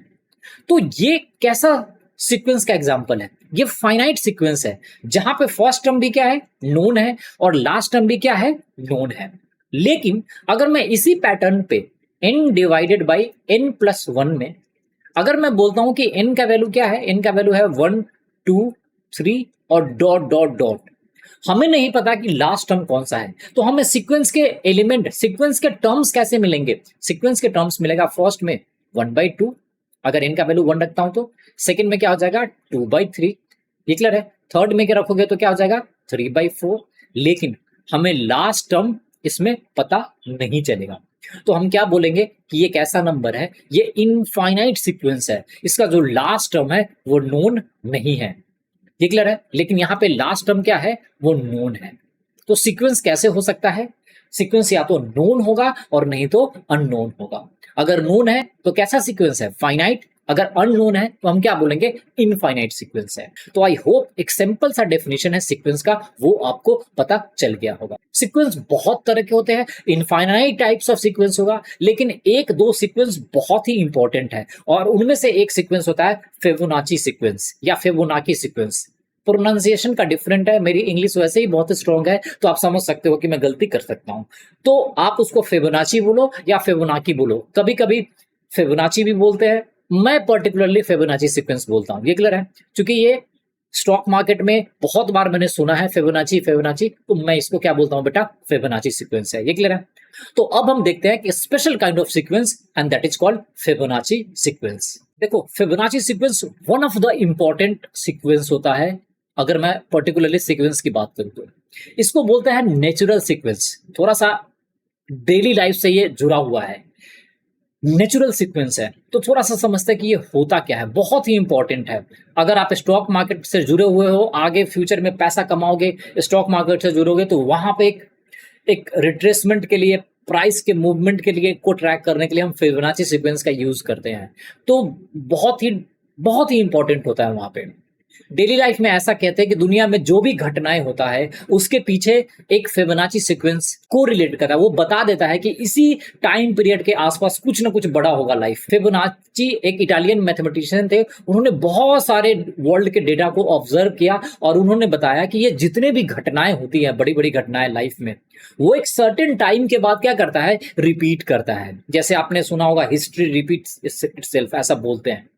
तो डेफिनेशन क्या कहता है कि ऐसा सीक्वेंस जिसमें फर्स्ट टर्म और सेकंड टर्म क्या हो, इक्वल हो, और उसका वैल्यू किसके इक्वल हो, 1 के इक्वल हो।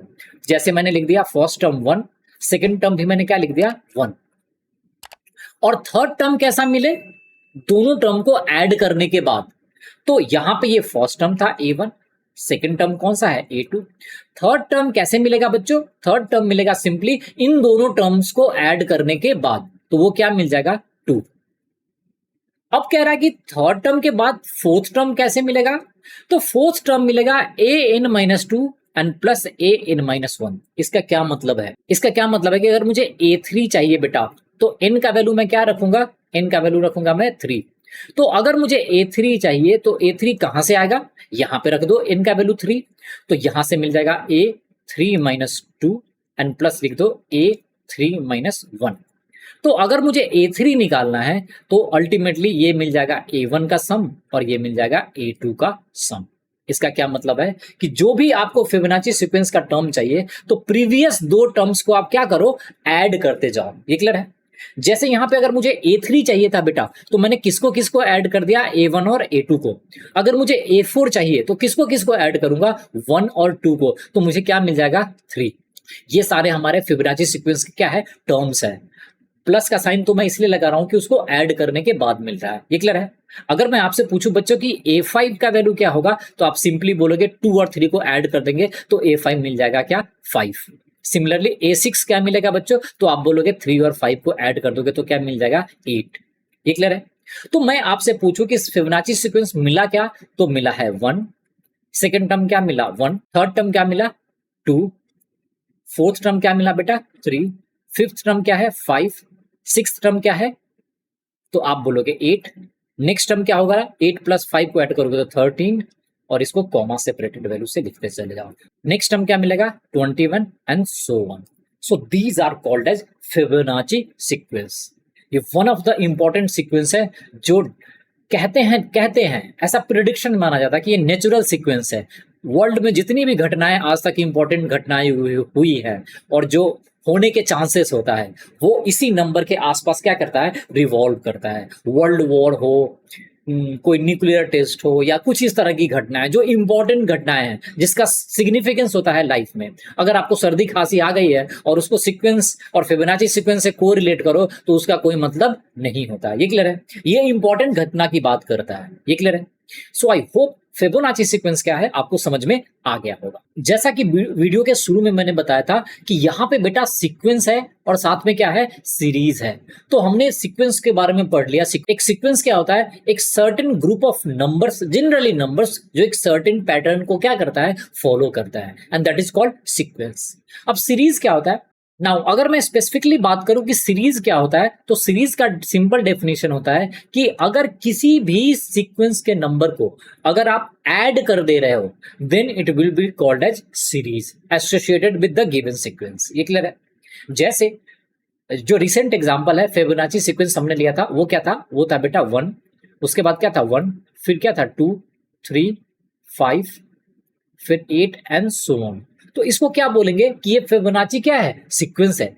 लेकिन अगर इसी टर्म्स को अगर मैं ऐसे लिख दूं 1 + 1 + 2 + 3 + 5 उसके बाद +8, तो इसको हम क्या बोलेंगे बेटा कि ये क्या हो गया है, ये सीरीज हो गया है। ये है सीक्वेंस, इसको हम क्या बोलेंगे, ये है सीक्वेंस, और ये क्या है बेटा, ये है सीरीज। सो आई होप आपको डिफरेंस पता चल गया है कि सीक्वेंस में और सीरीज में क्या डिफरेंस होता है। ये क्लियर है। यहाँ पे इसको कभी कभी हम डिफरेंट नोटेशन से यूज करते हैं, उसको हम क्या बोलते हैं, सिग्मा नोटेशन। सिग्मा नोटेशन का सिंबॉलिकल फॉर्म क्या होता है, वो होता है बेटा कुछ इस तरह से, सिग्मा फॉर्म। सिग्मा को बोलते हैं सिग्मा या फिर बोलते हैं समेशन ऑफ। इसको सिंपली ऐसे ऐसे और ऐसे बना। जैसे मान लो मुझे एक सीक्वेंस दिया हुआ है A1 A2 A3 और डॉट डॉट डॉट AN का, तो इसका सीरीज क्या बनेगा, वो बन जाएगा बेटा A1 + A2 + A3 और डॉट डॉट डॉट AN तक।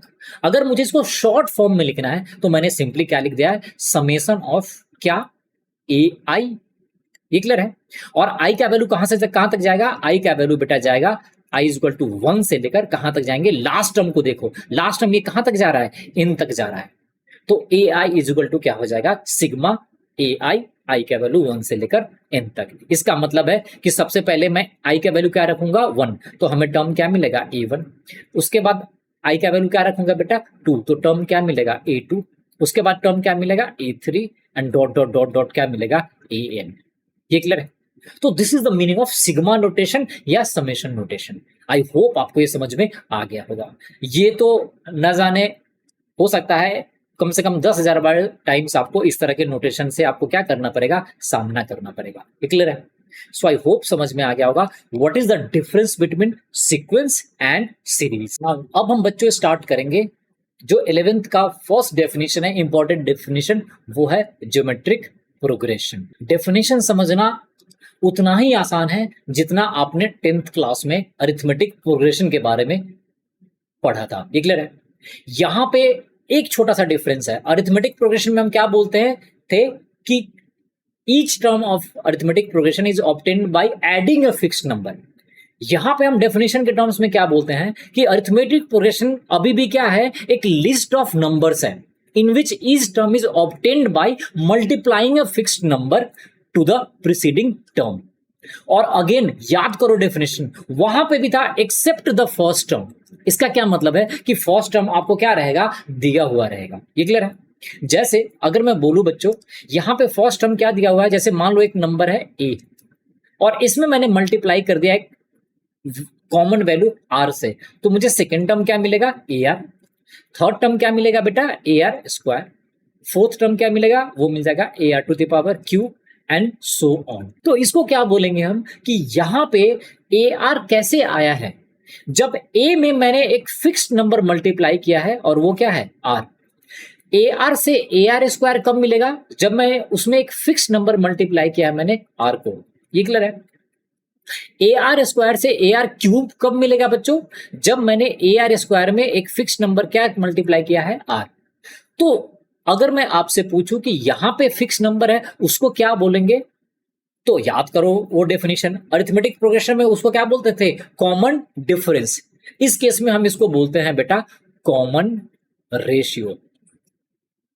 आई होप आपको ये समझने में डाउट नहीं होगा। तो ज्योमेट्रिक प्रोग्रेशन क्या हुआ, ज्योमेट्रिक प्रोग्रेशन में कुछ लिस्ट ऑफ नंबर्स होते हैं जहां पे ईच नंबर कैसे ऑब्टेन्ड होता है, तो ईच नंबर बनता है प्रीवियस नंबर में एक फिक्स्ड नंबर को मल्टीप्लाई करने के बाद। जैसे अगर मैं आपसे पूछूं यहां फर्स्ट नंबर ए था, फिर बना ए आर, फिर बना ए आर स्क्वायर, फिर बना A R Q and dot dot dot, इस तरह से प्रोसेस क्या चलता जाएगा, फॉलो करता जाएगा। अब ध्यान से देखो, वहां पे मैंने आपको समझाया था कि बच्चों को कंफ्यूजन नहीं होना चाहिए कि कॉमन रेशियो कैसे निकालेंगे, ए बाई ए आर करेंगे या बच्चों ए आर बाई ए करेंगे। तो यहां पे कोई कंफ्यूजन नहीं आएगा। हम कॉमन रेशियो अगर निकालना चाहते हैं तो ये प्रोसेस नहीं होगा। कॉमन रेशियो कोई भी टर्म लो, जैसे मैंने यहां पे सेकंड टर्म लिया, सेकंड टर्म में किससे डिवाइड करेंगे बच्चों, हम डिवाइड करेंगे फर्स्ट टर्म से, उससे जस्ट पहले वाले टर्म से। जैसे अगर मैं मान लो ए आर क्यूब लेता तो उसको किससे डिवाइड करता है बेटा, उसके जस्ट पहले वाले टर्म से, ए आर स्क्वायर से। तो हमें कॉमन रेशियो क्या मिलता, वो मिलता आर। यहां पे भी कॉमन रेशियो क्या मिलता, आर। ये क्लियर है। सो ये है तरीका कॉमन रेशियो निकालने का, ये कॉमन रेशियो नहीं है। ये क्लियर है। जैसे मान लो मैं नंबर लेता हूं बच्चों 2 4 8 16 डॉट डॉट डॉट डॉट, मैंने लिख दिया 128। तो आप मुझे बताओ 2 से 4 कब मिलेगा, जब इसमें आप 2 से मल्टीप्लाई कर दोगे तो 4 मिल जाएगा। 4 से 8 कब मिलेगा, जब 4 में आप किससे मल्टीप्लाई कर दोगे, 2 से। 8 से 16 कब मिलेगा, जब आप इसमें मल्टीप्लाई कर दो 2 से।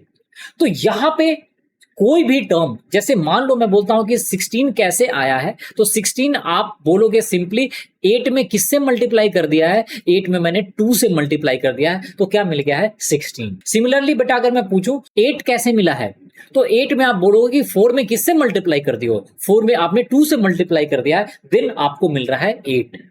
तो each term of geometric progression को कैसे फाइंड आउट करते हैं, तो प्रीवियस टर्म में एक फिक्स्ड नंबर से मल्टीप्लाई करने के बाद।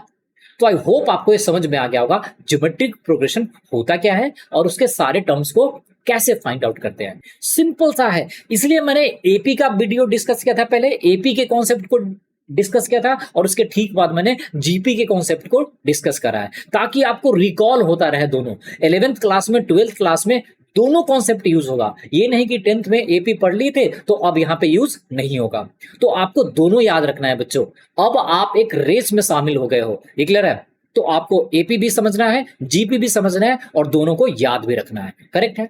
तो I hope definition geometric progression का आपको समझ में आ गया होगा, कैसे कॉमन रेशियो निकालते हैं वो भी समझ में आ गया होगा। नाउ अब हम सीखेंगे किसी भी ज्योमेट्रिक प्रोग्रेशन का nth टर्म कैसे निकालते हैं। ये क्लियर है। फंडा सेम होगा, जो हमने एपी में सीखा था उसी को थोड़ा सा मॉडिफिकेशन के साथ क्या करेंगे, जीपी में कन्वर्ट कर देंगे। फर्स्ट टर्म क्या था बेटा, जैसे जनरल टर्म ऑफ जीपी लिखना तो क्या लिखोगे, मान लो फर्स्ट टर्म दिया हुआ है ए और कॉमन रेशियो क्या है आर, तो आपको टर्म क्या मिला था ए, सेकेंड टर्म क्या मिलेगा ए आर, थर्ड टर्म क्या मिलेगा बेटा A R square and so on, इस तरह से टर्म मिलेगा। आई होप यहां तक समझने में कोई डाउट नहीं है। फर्स्ट टर्म हमने क्या लिया ए, सेकंड टर्म कहां से मिलेगा, ए में किससे मल्टीप्लाई कर दिया बेटा, ए में मल्टीप्लाई कर दिया आर से, तो हमें क्या मिल गया, ए में आर से मल्टीप्लाई करने के बाद ए आर मिला, तो ये हो गया सेकंड टर्म। थर्ड टर्म क्या मिला बेटा, थर्ड टर्म मिला ए आर स्क्वायर, वो कैसे आया है, जब हमने सेकंड टर्म में किससे मल्टीप्लाई कर दिया आर से। ये क्लियर है। अब हमारा मकसद है कि क्या निकालू, nth टर्म निकालू बच्चे। तो याद करो आप वहां पे क्या करते थे, वहां पे भी हॉरिजॉन्टल से वर्टिकल फॉर्म में लिख देते थे। तो फर्स्ट टर्म बेटा अगर ए है तो यहां पे फर्स्ट टर्म क्या लिखोगे, ए लिखोगे, इसमें कोई समस्या नहीं है। इसको हम थोड़ा सा मॉडिफाई करके क्या लिख सकते हैं, इसको लिख सकते हैं A R to the power 1 - 1। अगर किसी भी नंबर के पावर में 0 लिखा हुआ है बेटा तो किसके इक्वल होता है? 1 के इक्वल। तो यहाँ पे a था तो मैंने क्या कर दिया है, इसमें मल्टीप्लाई कर दिया है r to the power 1 minus 1 के। तो अभी भी ये किसके इक्वल है बच्चों? a के इक्वल है। ये क्लियर है? नाउ सेकंड टर्म पे फोकस है करते हैं। यहाँ पे क्या है? AR। तो AR कब आया होगा? सिंपली a में किससे मल्टीप्लाई करने के बाद? r से मल्टीप्लाई करने के बाद। तो अगर मुझे AR लिखना है तो इसको मैं कैसे लिख सकता हूं? इसको लिख सकता हूं AR to the power 2 minus 1। तो ये अभी भी किसके इक्वल है बच्चों? वो AR के ही इक्वल है। ये क्लियर है? थर्ड टर्म क्या है? AR square. तो AR स्क्वायर को आप क्या लिख सकते हो? वो सिंपली आप लिख सकते हो a into are to the power क्या हो जाएगा? उसको लिख सकते हो बेटा 3 माइनस 1। तो ये अभी भी किसके इक्वल है? ये AR स्क्वायर के ही इक्वल है। ये क्लियर है? आई होप आपको समझ में आ गया होगा। तो बच्चों अगर मुझे nth टर्म निकालना है, अगर मुझे nth टर्म निकालना है तो कैसे निकालेंगे? ये कौन सा टर्म था बेटा? ये था फर्स्ट टर्म। ये कौन सा टर्म है? सेकंड। ये कौन सा टर्म है? थर्ड। अगर मुझे nth टर्म निकालना है तो कैसे निकालेंगे? देखो क्या कॉमन है, यहाँ पे भी a है, यहाँ पे भी a है, यहाँ पे भी a है। तो अगर मैं nth टर्म निकालने जाऊं तो फर्स्ट टर्म a तो मुझे क्या मिलेगा? कॉमन मिलेगा a। अब हम थोड़ा सा फोकस करते हैं r के बारे में। r कैसे अपना रूप बदल रहा है। यहाँ पे r टू द पावर क्या था? 1 माइनस 1। तो फर्स्ट टर्म है तो r to the power 1 minus 1। अगर सेकेंड टर्म है बच्चों तो यहाँ पे r का वैल्यू क्या है? r to the power 2 minus 1। अगर ये थर्ड टर्म है तो r का वैल्यू क्या है? 3 माइनस 1। तो अगर बच्चों मैं इसी लॉजिक से, इसी कॉमन सेंस से पूछूं कि nth टर्म क्या होगा तो आप बोलोगे a into are to the power क्या हो जाएगा? ये हो जाएगा n माइनस 1। अगर मान लो मैं एक 2, फिर मैंने लिखा 4, फिर मैंने लिखा बच्चों 8 और फिर मैंने लिखा 16 डॉट डॉट डॉट। अब मैं आपसे पूछता हूं कि इसका 50th टर्म बताओ, इसका 50वां टर्म बताओ कि क्या होगा। तो आप क्या बोलोगे? सिंपली a का वैल्यू क्या दिया हुआ है? 2। कॉमन रेशियो r क्या है? 4 डिवाइडेड बाई 2। तो क्या मिला? 2। अब मुझे निकालना है कौन सा टर्म? 50th term. तो लिखेंगे T50। T50 क्या लिखोगे? 2 into are to the power क्या हो जाएगा? 50 माइनस 1। तो आप लिखोगे 2 इंटू कॉमन रेशियो क्या है? 2 टू द पावर 50 माइनस 1। ये कितना हो जाएगा? वो हो जाएगा 49। तो अल्टीमेटली ये क्या हो जाएगा? 2 टू द पावर 50। ये क्लियर है? सो आई होप आपको समझ में आ गया होगा कि rth टर्म ज्योमेट्रिक प्रोग्रेशन का कैसे निकालते हैं। ये क्लियर है? ध्यान से देखना, कभी कभी rth टर्म को TR लिखा रहता है या कभी कभी AR भी लिखा रहता है। ये क्लियर है? सो आई होप आपको समझ में आ गया होगा कि ज्योमेट्रिक प्रोग्रेशन का rth टर्म कैसे निकालते हैं। अब हम देखेंगे बच्चों sum of n terms of a GP. GP में n टर्म्स का सम कैसे निकालते हैं। तो अभी तक आपने सीख लिया है कि जीपी क्या होता है। जीपी होता है बेटा AR square and up to dot dot dot. अगर n टर्म्स है तो लास्ट टर्म क्या मिलेगा? AR टू द पावर क्या मिलेगा बच्चों? n minus 1। मुझे क्या निकालना है? इन सभी टर्म्स का सम। तो लेट अस अज्यूम कर लो कि s का वैल्यू क्या है? वो है बेटा AR plus AR square and plus dot dot dot dot dot. Last term क्या है बेटा? वो है AR to the power n minus 1। मुझे इसी सब का क्या निकालना है? सम निकालना है कि ये वैल्यू किसके इक्वल होगा। अब ध्यान से देखो, अगर नॉर्मल तरीके से सम निकालने की कोशिश करोगे तो यहाँ पे कुछ भी ऐसा कॉमन नहीं है, कुछ भी ऐसा पैटर्न नहीं दिख रहा है जिससे इसका सम फाइंड आउट कर सके। लेकिन अगर मैं इस LHS में और RHS में बेटा इसको एज ए इक्वेशन मानते हुए अगर मैं दोनों तरफ R से मल्टीप्लाई कर दूं तो देखो क्या होगा। S के बदले लेफ्ट हैंड साइड में क्या मिल जाएगा? वो मिल जाएगा S इंटू R। और यहाँ पे A था फर्स्ट टर्म, अगर मैं इसमें R से मल्टीप्लाई करूंगा तो ये क्या मिल जाएगा बच्चों? ये मिल जाएगा AR, जिसको मैंने सेकेंड टर्म के पास लिख दिया है। ये क्लियर है? फर्स्ट टर्म में मैंने R से मल्टीप्लाई किया तो क्या मिल गया मुझे? AR। तो मैंने सेकेंड टर्म के नीचे मैंने इसको लिख दिया। अगर मैं सेकेंड टर्म में R से मल्टीप्लाई करूं तो ये क्या मिल जाएगा बेटा? वो मिल जाएगा AR स्क्वायर। उसी तरह से अगर मैं बच्चों आपसे बात करूं तो यहाँ पे लास्ट टर्म में अगर आप R से मल्टीप्लाई करोगे तो ये क्या मिल जाएगा? ये कहीं ना कहीं यहाँ पे आएगा और वो मिल जाएगा बेटा AR to the power n minus 1 और साथ में पावर में R से मल्टीप्लाई करोगे तो 1 क्या हो जाएगा? ऐड। तो ये दोनों कैंसिल आउट हो जाएगा। तो लास्ट टर्म क्या मिलेगा बच्चों? वो लास्ट में मिलेगा AR to the power n। I hope आपको समझ में आ गया होगा। नहीं तो आप इसको ऐसे समझो, हमारे पास प्रोग्रेशन था टर्म कैसा, A R square and up to dot dot dot A R to the power N. अगर इसमें सारे टर्म्स में आर से मल्टीप्लाई कर दोगे तो क्या मिलेगा बच्चों, वो मिलेगा ए आर, ये क्या हो जाएगा ए आर स्क्वायर, ये क्या हो जाएगा A R to the power Q and dot dot dot last term क्या मिलेगा बच्चों, वो मिलेगा A R to the power N. अब मैंने क्या किया है, इस टर्म्स को एक एक पोजीशन राइट हैंड साइड में शिफ्ट कर दिया है। तो ये कहां पे आ गया है, यहाँ पे ए आर, ये कहां पे आ गया ए आर स्क्वायर, यहाँ पे ये क्या हो गया A R cube and dot dot dot last term एक पोजीशन शिफ्ट करके A R to the power N. ये तो मैंने आपको समझाने के लिए लिख दिया था। अब आपको पता चल गया होगा कि क्या करना है। अगर बच्चों मैंने लेफ्ट हैंड साइड और राइट हैंड साइड में को माइनस कर दूं तो यहाँ पे ये भी माइनस होगा, ये भी माइनस होगा, ये भी माइनस होगा, और यहाँ पे ये टर्म क्या हो जाएगा माइनस। ये क्लियर है, क्योंकि यहाँ पे प्लस टर्म है तो ये माइनस करोगे, सेकेंड वाले वैल्यू को माइनस करोगे तो क्या हो जाएगा माइनस। अब ध्यान से देखो, ए तो कोई भी टर्म से कैंसिल नहीं होगा, तो यहाँ पे लेफ्ट हैंड साइड में क्या मिलेगा, वो मिलेगा S minus S into R. ये क्लियर है। राइट हैंड साइड में क्या मिलेगा बच्चों, फर्स्ट टर्म तो मिलेगा ए, यहां पे ए आर है और यहां पे माइनस ए आर, तो ये दोनों टर्म क्या हो जाएगा कैंसिल।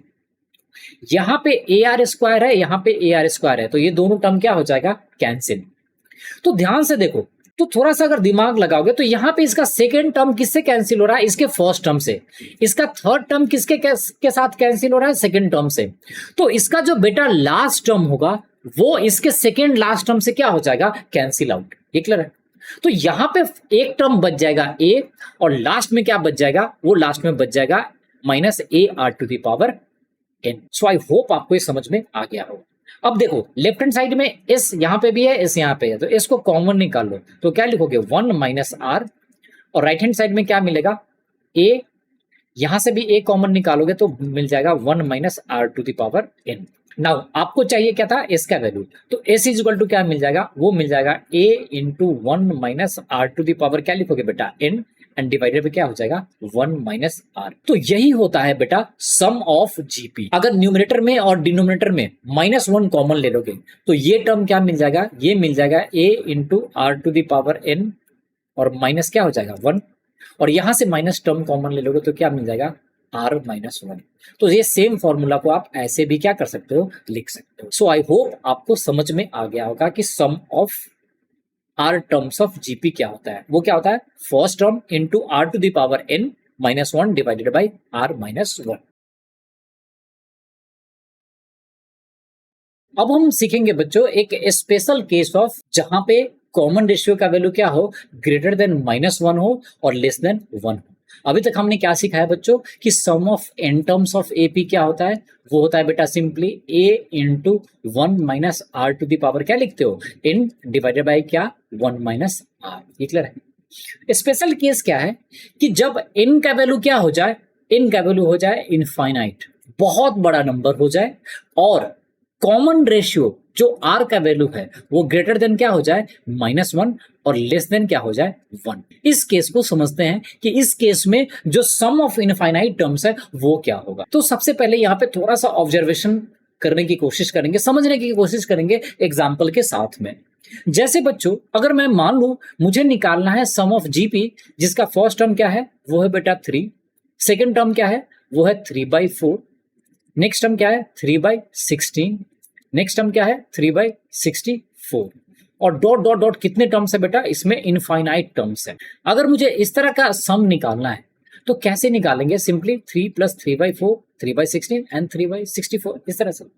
अब देखो यहाँ पे ऑब्जर्व करने की कोशिश करो, यहाँ पे कॉमन रेशियो का वैल्यू कितना है बेटा, तो आप सिंपली बोलोगे 1/4। वो कैसे, आप 3 में क्या मल्टीप्लाई करोगे कि 3/4 मिलेगा, तो आप सिंपली बोलोगे कि 3 में मैंने 1/4 मल्टीप्लाई किया है तो मुझे क्या मिल गया है 3/4। यहां तक तो समझने में कोई डाउट नहीं है। ध्यान से देखो, अगर मैं बच्चों 1/4 टू द पावर 1 करूं तो ये वैल्यू कितना आएगा, वो आएगा सिंपली 1/4, यानी बोलोगे 0.25। अगर बेटा मैं 1/4 टू द पावर लेट से 2 कर देता हूं तो क्या मिलेगा 1/16, इसका वैल्यू कितना आएगा, इसका वैल्यू होगा बेटा सिंपली ये वैल्यू हो जाए 0.06। ये क्लियर है? आई होप इतना आपको समझ में आ रहा हो। अब ध्यान से देखो, n का वैल्यू अगर मैं 1 से 2 कर रहा हूं तो ये वैल्यू कितना छोटा हो गया है, 0.25 था, अब ये वैल्यू कितना हो गया है, 0.06। अगर बच्चों मैं आपसे बात करूं कि 1/4 टू द पावर अगर मैं 100 कर दूं तो आप क्या बोलोगे, ये वैल्यू किसके इक्वल होगा? ये वैल्यू आपको नहीं लगता कि ये वैल्यू 0 के इक्वल हो जाएगा ऑलमोस्ट? और अगर थोड़ा सा डाउट भी है तो अगर मान लो मैं 1/4 टू द पावर 10,000 कर दूं तो आप तो बोलोगे कि ये सच में 0 के इक्वल हो जाएगा, ऑलमोस्ट 0 ही हो जाएगा। तो हमें क्या सीख मिला कि अगर कॉमन रेशियो का वैल्यू ग्रेटर देन -1 हो और लेस देन 1 हो, इन दोनों के बीच में रहे, नंबर लाइन पे अगर मुझे दिखाना है तो कैसे लेंगे, यहां पे रहा 0, यहां पे 1 और यहां पे क्या, -1। तो अगर कॉमन रेशियो का वैल्यू इन दोनों के बीच में रहे बेटा, तो हमारा सम ऑफ इनफाइनाइट टर्म्स का फॉर्मूला कैसे लिखोगे, वो लिखोगे a into 1 minus are to the power क्या हो जाएगा, इनफाइनाइट, डिवाइडेड बाई क्या लिखोगे, 1 माइनस आर। ये क्लियर? अब ये वैल्यू किसके इक्वल हो जाएगा, ये आपने देखा कि जैसे ही कॉमन रेशियो 1 से छोटा होगा तो ये वैल्यू किसके इक्वल होना शुरू हो जाएगा, ये 0 के इक्वल होना शुरू हो जाएगा। तो सम ऑफ इनफाइनाइट टर्म्स आप क्या लिखोगे बेटा, सिंपली हो जाएगा a, ये टर्म तो 0 हो गया, तो 1 माइनस 0 किसके इक्वल होगा, 1 के इक्वल, और डिवाइडेड बाई क्या हो जाएगा, 1 minus R. So I hope आपको ये इंपॉर्टेंट कॉन्सेप्ट समझ में आ गया होगा कि sum of infinite terms of GP क्या होगा बेटा, वो हो जाएगा a divided by 1 minus r. तो बेटा यहां पे सम कितना होगा बता दो इसी क्वेश्चन के लिए। यहां पे फर्स्ट टर्म कितना था, यहां पे फर्स्ट टर्म है a is equal to 3, common ratio कितना है बेटा, r इज इक्वल टू क्या है, 1/4। ये हमारे क्राइटेरिया को फुलफिल कर रहा है कि r का वैल्यू क्या है, 1/4 से क्या है बच्चों, छोटा है। तो यहाँ पे सम ऑफ इनफाइनाइट टर्म्स क्या लिखोगे, सिंपली लिखोगे a यानी 3 डिवाइडेड बाई, ये हो जाएगा 1 माइनस r यानी 1/4। ये क्लियर है बच्चों? तो ये क्या आएगा, 3 डिवाइडेड बाई 1 माइनस 1/4, तो ये क्या हो जाएगा, 3/4। इसको फर्दर सॉल्व करोगे तो लिखोगे बेटा 3 इंटू 4/3, 3 से 3 कैंसिल, तो इसका सम कितना आ जाएगा बेटा, 4।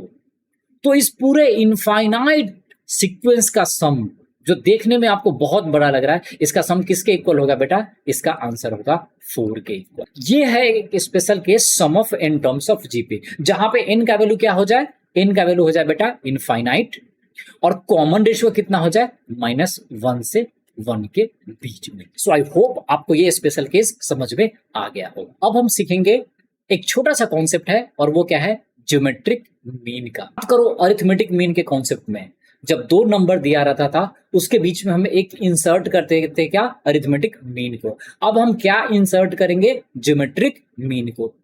डेफिनेशन क्या कहता है कि 2 नंबर अगर दिया हुआ है बेटा a और b, और इसके बीच में मान लो मैंने एक ज्योमेट्रिक मीन इंसर्ट कर दिया, तो वो नंबर ऐसा होगा जिसके इंसर्ट करते ही ये तीनों नंबर किस में बदल जाए, ये बदल जाएगा बेटा ज्योमेट्रिक प्रोग्रेशन में, जीपी में।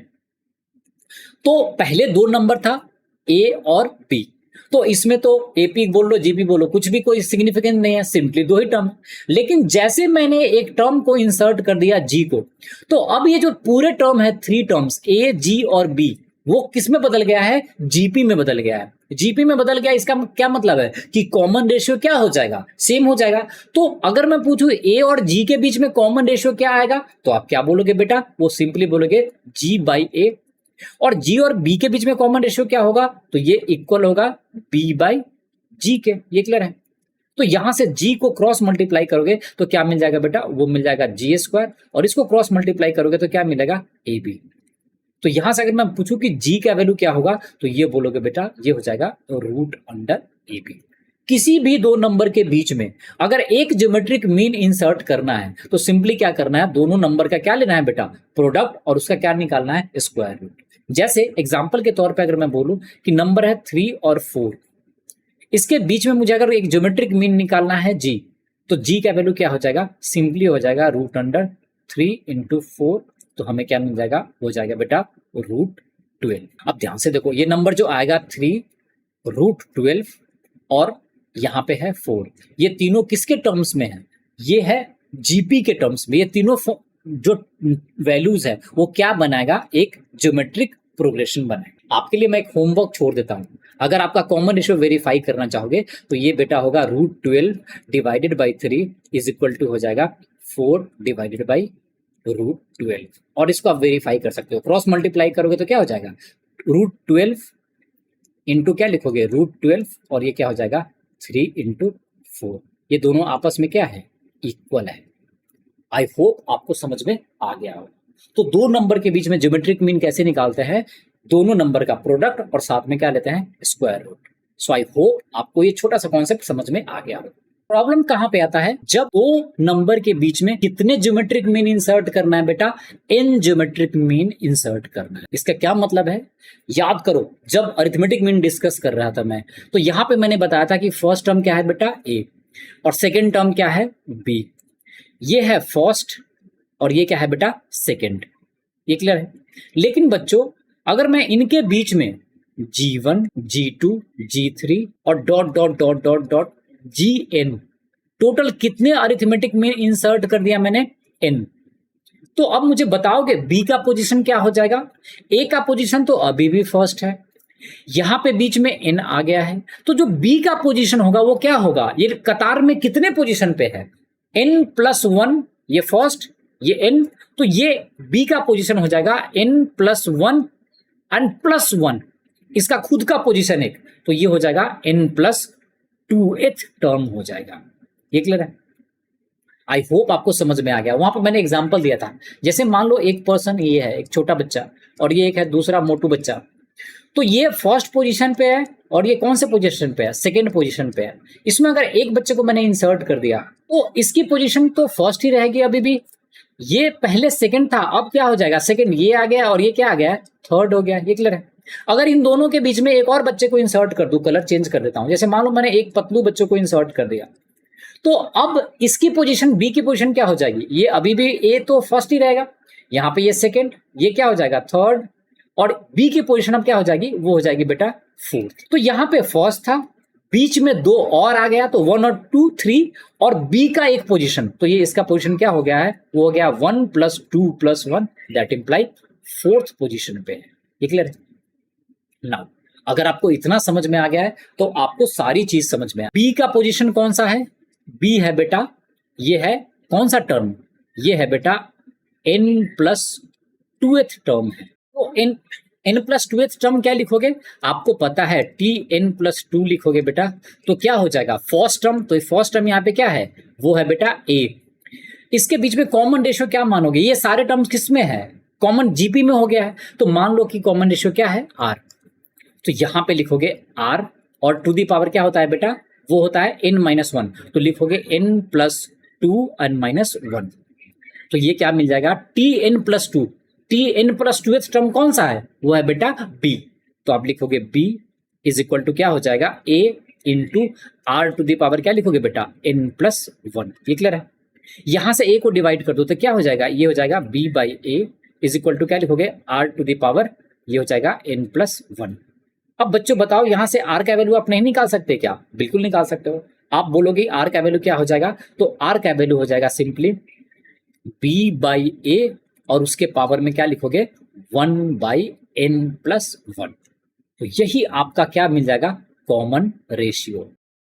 जैसे बेटा मान लो दो ही टर्म था, मान लो टर्म है 2 and 5, तो यहाँ पे कॉमन रेशियो कितना आएगा बता दो मुझे, कॉमन रेशियो आ जाएगा b/a यानी 5/2 और 1 डिवाइडेड बाई, एक ही टर्म है कॉमन रेशियो निकालना, तो n का वैल्यू क्या लिखोगे 1, तो ये हो जाएगा 1/1 + 2 यानी 1/2, तो कॉमन रेशियो आपको क्या मिल जाएगा बेटा, वो मिल जाएगा √5/2। तो बेटा इन दोनों के बीच में ज्योमेट्रिक मीन कैसे निकालते थे, याद करो, वो सिंपली 2 में किससे मल्टीप्लाई करोगे, इसी कॉमन रेशियो से मल्टीप्लाई करोगे, तो 2 में मल्टीप्लाई कर दो √5 अनडिवाइडेड बाई क्या हो जाएगा √2। ये क्लियर है। √5/2 था बेटा, तो √5 को मैंने ऊपर लिख दिया, डिनोमिनेटर में √2 लिख दिया। अब √2 से 2 को कैंसिल करोगे तो कितनी टाइम्स कैंसिल करोगे, √2 टाइम्स, तो ये आ जाएगा √5 × √2, तो ये हो जाएगा √10। तो आपको पता चल गया, आपने जो फॉर्मूला पढ़ा था कि दो नंबर के बीच में अगर एक ज्योमेट्रिक मीन निकालना है तो वो क्या होता है, दोनों का प्रोडक्ट और अंडर में रूट में, और आपने कॉमन रेशियो निकाल कर भी क्या लाया है √10 निकाला है, तो यहाँ पे हो जाएगा 2 √10 और 5। ये क्लियर है। सो आई होप आपको समझ में आ गया होगा कि ज्योमेट्रिक मीन क्या होता है। एक ज्योमेट्रिक मीन को तो इंसर्ट करना क्या है, बहुत ही आसान है। दो के बीच में को बिठाना है तो क्या करो, जो फर्स्ट है और जो लास्ट है दोनों को मल्टीप्लाई कर दो और ले लो स्क्वायर रूट। लेकिन अगर एक से ज्यादा है तो उसके लिए कॉमन रेशियो का फॉर्मूला क्या याद करोगे, वो हो जाएगा b by A and divided by 1 by n plus 1। ये क्लियर है? सो आई होप ये सभी बच्चों को समझ में आ गया है। अब एक छोटा सा कॉन्सेप्ट होता है कि am ग्रेटर देन gm, वो देखेंगे समझेंगे और उसके बाद एनसीईआरटी के 11th क्लास का जो कॉन्सेप्ट है वो क्या हो जाएगा, फिनिश। हम एक दो कॉन्सेप्ट एडिशनल सीखते रहेंगे जब भी चैप्टर के क्वेश्चन को सॉल्व करेंगे, लेकिन as far as theory is concern NCERT ने 11th क्लास में इतना ही सिलेबस दिया हुआ है। ये क्लियर है? तो अब हम एक छोटा सा कॉन्सेप्ट देंगे, am greater than gm। I hope यहां तक आपको समझ में आ गया होगा। ऑल्दो ये बहुत ही छोटा सा कॉन्सेप्ट है लेकिन बहुत ही ज्यादा यूजफुल है, बहुत ही ज्यादा यूजफुल। ये क्लियर है? क्या कहता है कि अरिथमेटिक मीन का जो वैल्यू होता है वो हमेशा ज्योमेट्रिक मीन के क्या होता है, ग्रेटर देन और इक्वल के बराबर होता है। ये क्लियर है? सिंपल टर्म्स में अगर मान लो जैसे दो नंबर है a और b, तो इन दोनों का जो अरिथमेटिक मीन होगा a प्लस बी बाई 2, वो always greater than equal to किसके होगा, इन दोनों के ज्योमेट्रिक मीन के बराबर। ये क्लियर है? इसको आप बहुत ही आसानी से समझ सकते हो, प्रूफ कर सकते हो। मुझे ये प्रूफ करना है कि a plus B by 2 is greater than equal to क्या है, रूट अंडर ए बी। तो इसको आप सिंपली क्या लिख सकते हो कि a प्लस बी 2 को मल्टीप्लाई कर दो तो आप क्या लिखोगे, ये ग्रेटर देन क्या हो जाएगा, 2 रूट अंडर ए बी। ये प्रूफ करना है। इसको प्रूफ करने के लिए हमको क्या प्रूफ करना होगा बेटा कि a प्लस बी, इसको पूरे को माइनस ले आओ तो क्या लिखोगे, 2 रूट अंडर ए बी। ये किसके इक्वल होना चाहिए, ग्रेटर देन इक्वल टू 0। अब आप ये प्रूफ कर दो कि ये जो पूरा वैल्यू है वो किसके इक्वल है, ग्रेटर देन इक्वल टू 0 के है। और आपको दिख रहा है, बहुत आसानी से कर सकते हो। वो कैसे, थोड़ा सा मैनिपुलेशन कर दो। ए को क्या लिख सकते हो बेटा, इसको लिख सकते हो रूट ए का क्या है, ये स्क्वायर। बी को क्या लिख सकते हो, ये लिख सकते हो रूट बी का क्या है, स्क्वायर है। और यहाँ पे जो -2 रूट ए बी है इसको लिख दो 2, रूट ए बी को अलग अलग कर दो तो रूट ए लिख दो और इंटू क्या लिख दो, रूट बी। ये क्लियर है? अब इस पे फोकस करो, ये क्या है, ये है बेटा सिंपली x माइनस वाई का क्या है, होल स्क्वायर, जहां पे x का वैल्यू क्या है, रूट ए, और y का वैल्यू क्या है, रूट बी। ये क्लियर है? तो इसको आप क्या लिख सकते हो बेटा, इसको लिख सकते हो सिंपली रूट ए माइनस रूट बी का क्या है, ये स्क्वायर है। आपने 10th क्लास में पढ़ा होगा कि किसी भी नंबर का स्क्वायर क्या होता है, वो ग्रेटर देन इक्वल टू क्या होता है, 0 के। ये 0 कब होगा, जब a और b बेटा आपस में क्या हो जाए, इक्वल हो जाए। a इज इक्वल टू क्या हो जाएगा, b। इस केस में ये दोनों वैल्यू किसके इक्वल हो जाएगा, 0 के। लेकिन a और b अगर डिफरेंट रहे तो कुछ भी वैल्यू हो, रूट ए माइनस रूट बी का स्क्वायर किसके इक्वल होगा, ये होगा बेटा ग्रेटर देन इक्वल टू 0। ये क्लियर है? तो यहां से आप इसको सिंपली बोलोगे कि जो हमने आपने एजम्पशन माना था क्या है, ये बिल्कुल करेक्ट है। अगर ये बिल्कुल करेक्ट है तो आपने ये जो एजम्पशन माना है कि am ग्रेटर देन gm है वो क्या होगा, वो भी बिल्कुल करेक्ट है। ये क्लियर है? तो इसी को प्रूफ करना था कि किसी भी दो नंबर का या दो से ज्यादा ही नंबर क्यों नहीं हो, ऑलवेज जो अरिथमेटिक मीन होता है वो ग्रेटर देन इक्वल टू किसके होता है, ज्योमेट्रिक मीन के लिए। यहां तो हमने दो नंबर के लिए देखा था, सिलेबस में हमारा यही है, लेकिन ये किसी भी नंबर, दो या दो से ज्यादा भी हो तो वहां पे ये कॉन्सेप्ट आप क्या कर सकते हो, यूज कर सकते हो। ये क्लियर है? तो बेटा ये कंप्लीट थ्योरी है सीक्वेंस एंड सीरीज का। मैंने प्रिसाइजली एक एक पॉइंट का ध्यान रखते हुए इस वीडियो को बनाया है और इसको मैंने मेन चैनल पे भी पोस्ट नहीं किया। ये क्लियर है? आप इसको ध्यान से देखो, ट्राई टू अंडरस्टैंड कॉन्सेप्ट क्या होता है। जब तक आपका कॉन्सेप्ट पे कमांड नहीं होगा आप क्वेश्चन को फ्रीली इंडिपेंडेंटली अटेम्प्ट नहीं कर पाओगे। ये क्लियर है? सो आई होप आपको ये सारे कॉन्सेप्ट समझ में आ गया होगा। अगर फिर भी कोई डाउट है तो जब हम क्लास में डिस्कस कर लेंगे कि कैसे, कहां से जो दिक्कत आई है उसको रिमूव कर सकते हैं। ये क्लियर है? सो ये रहा आपका सीक्वेंस एंड सीरीज का वीडियो।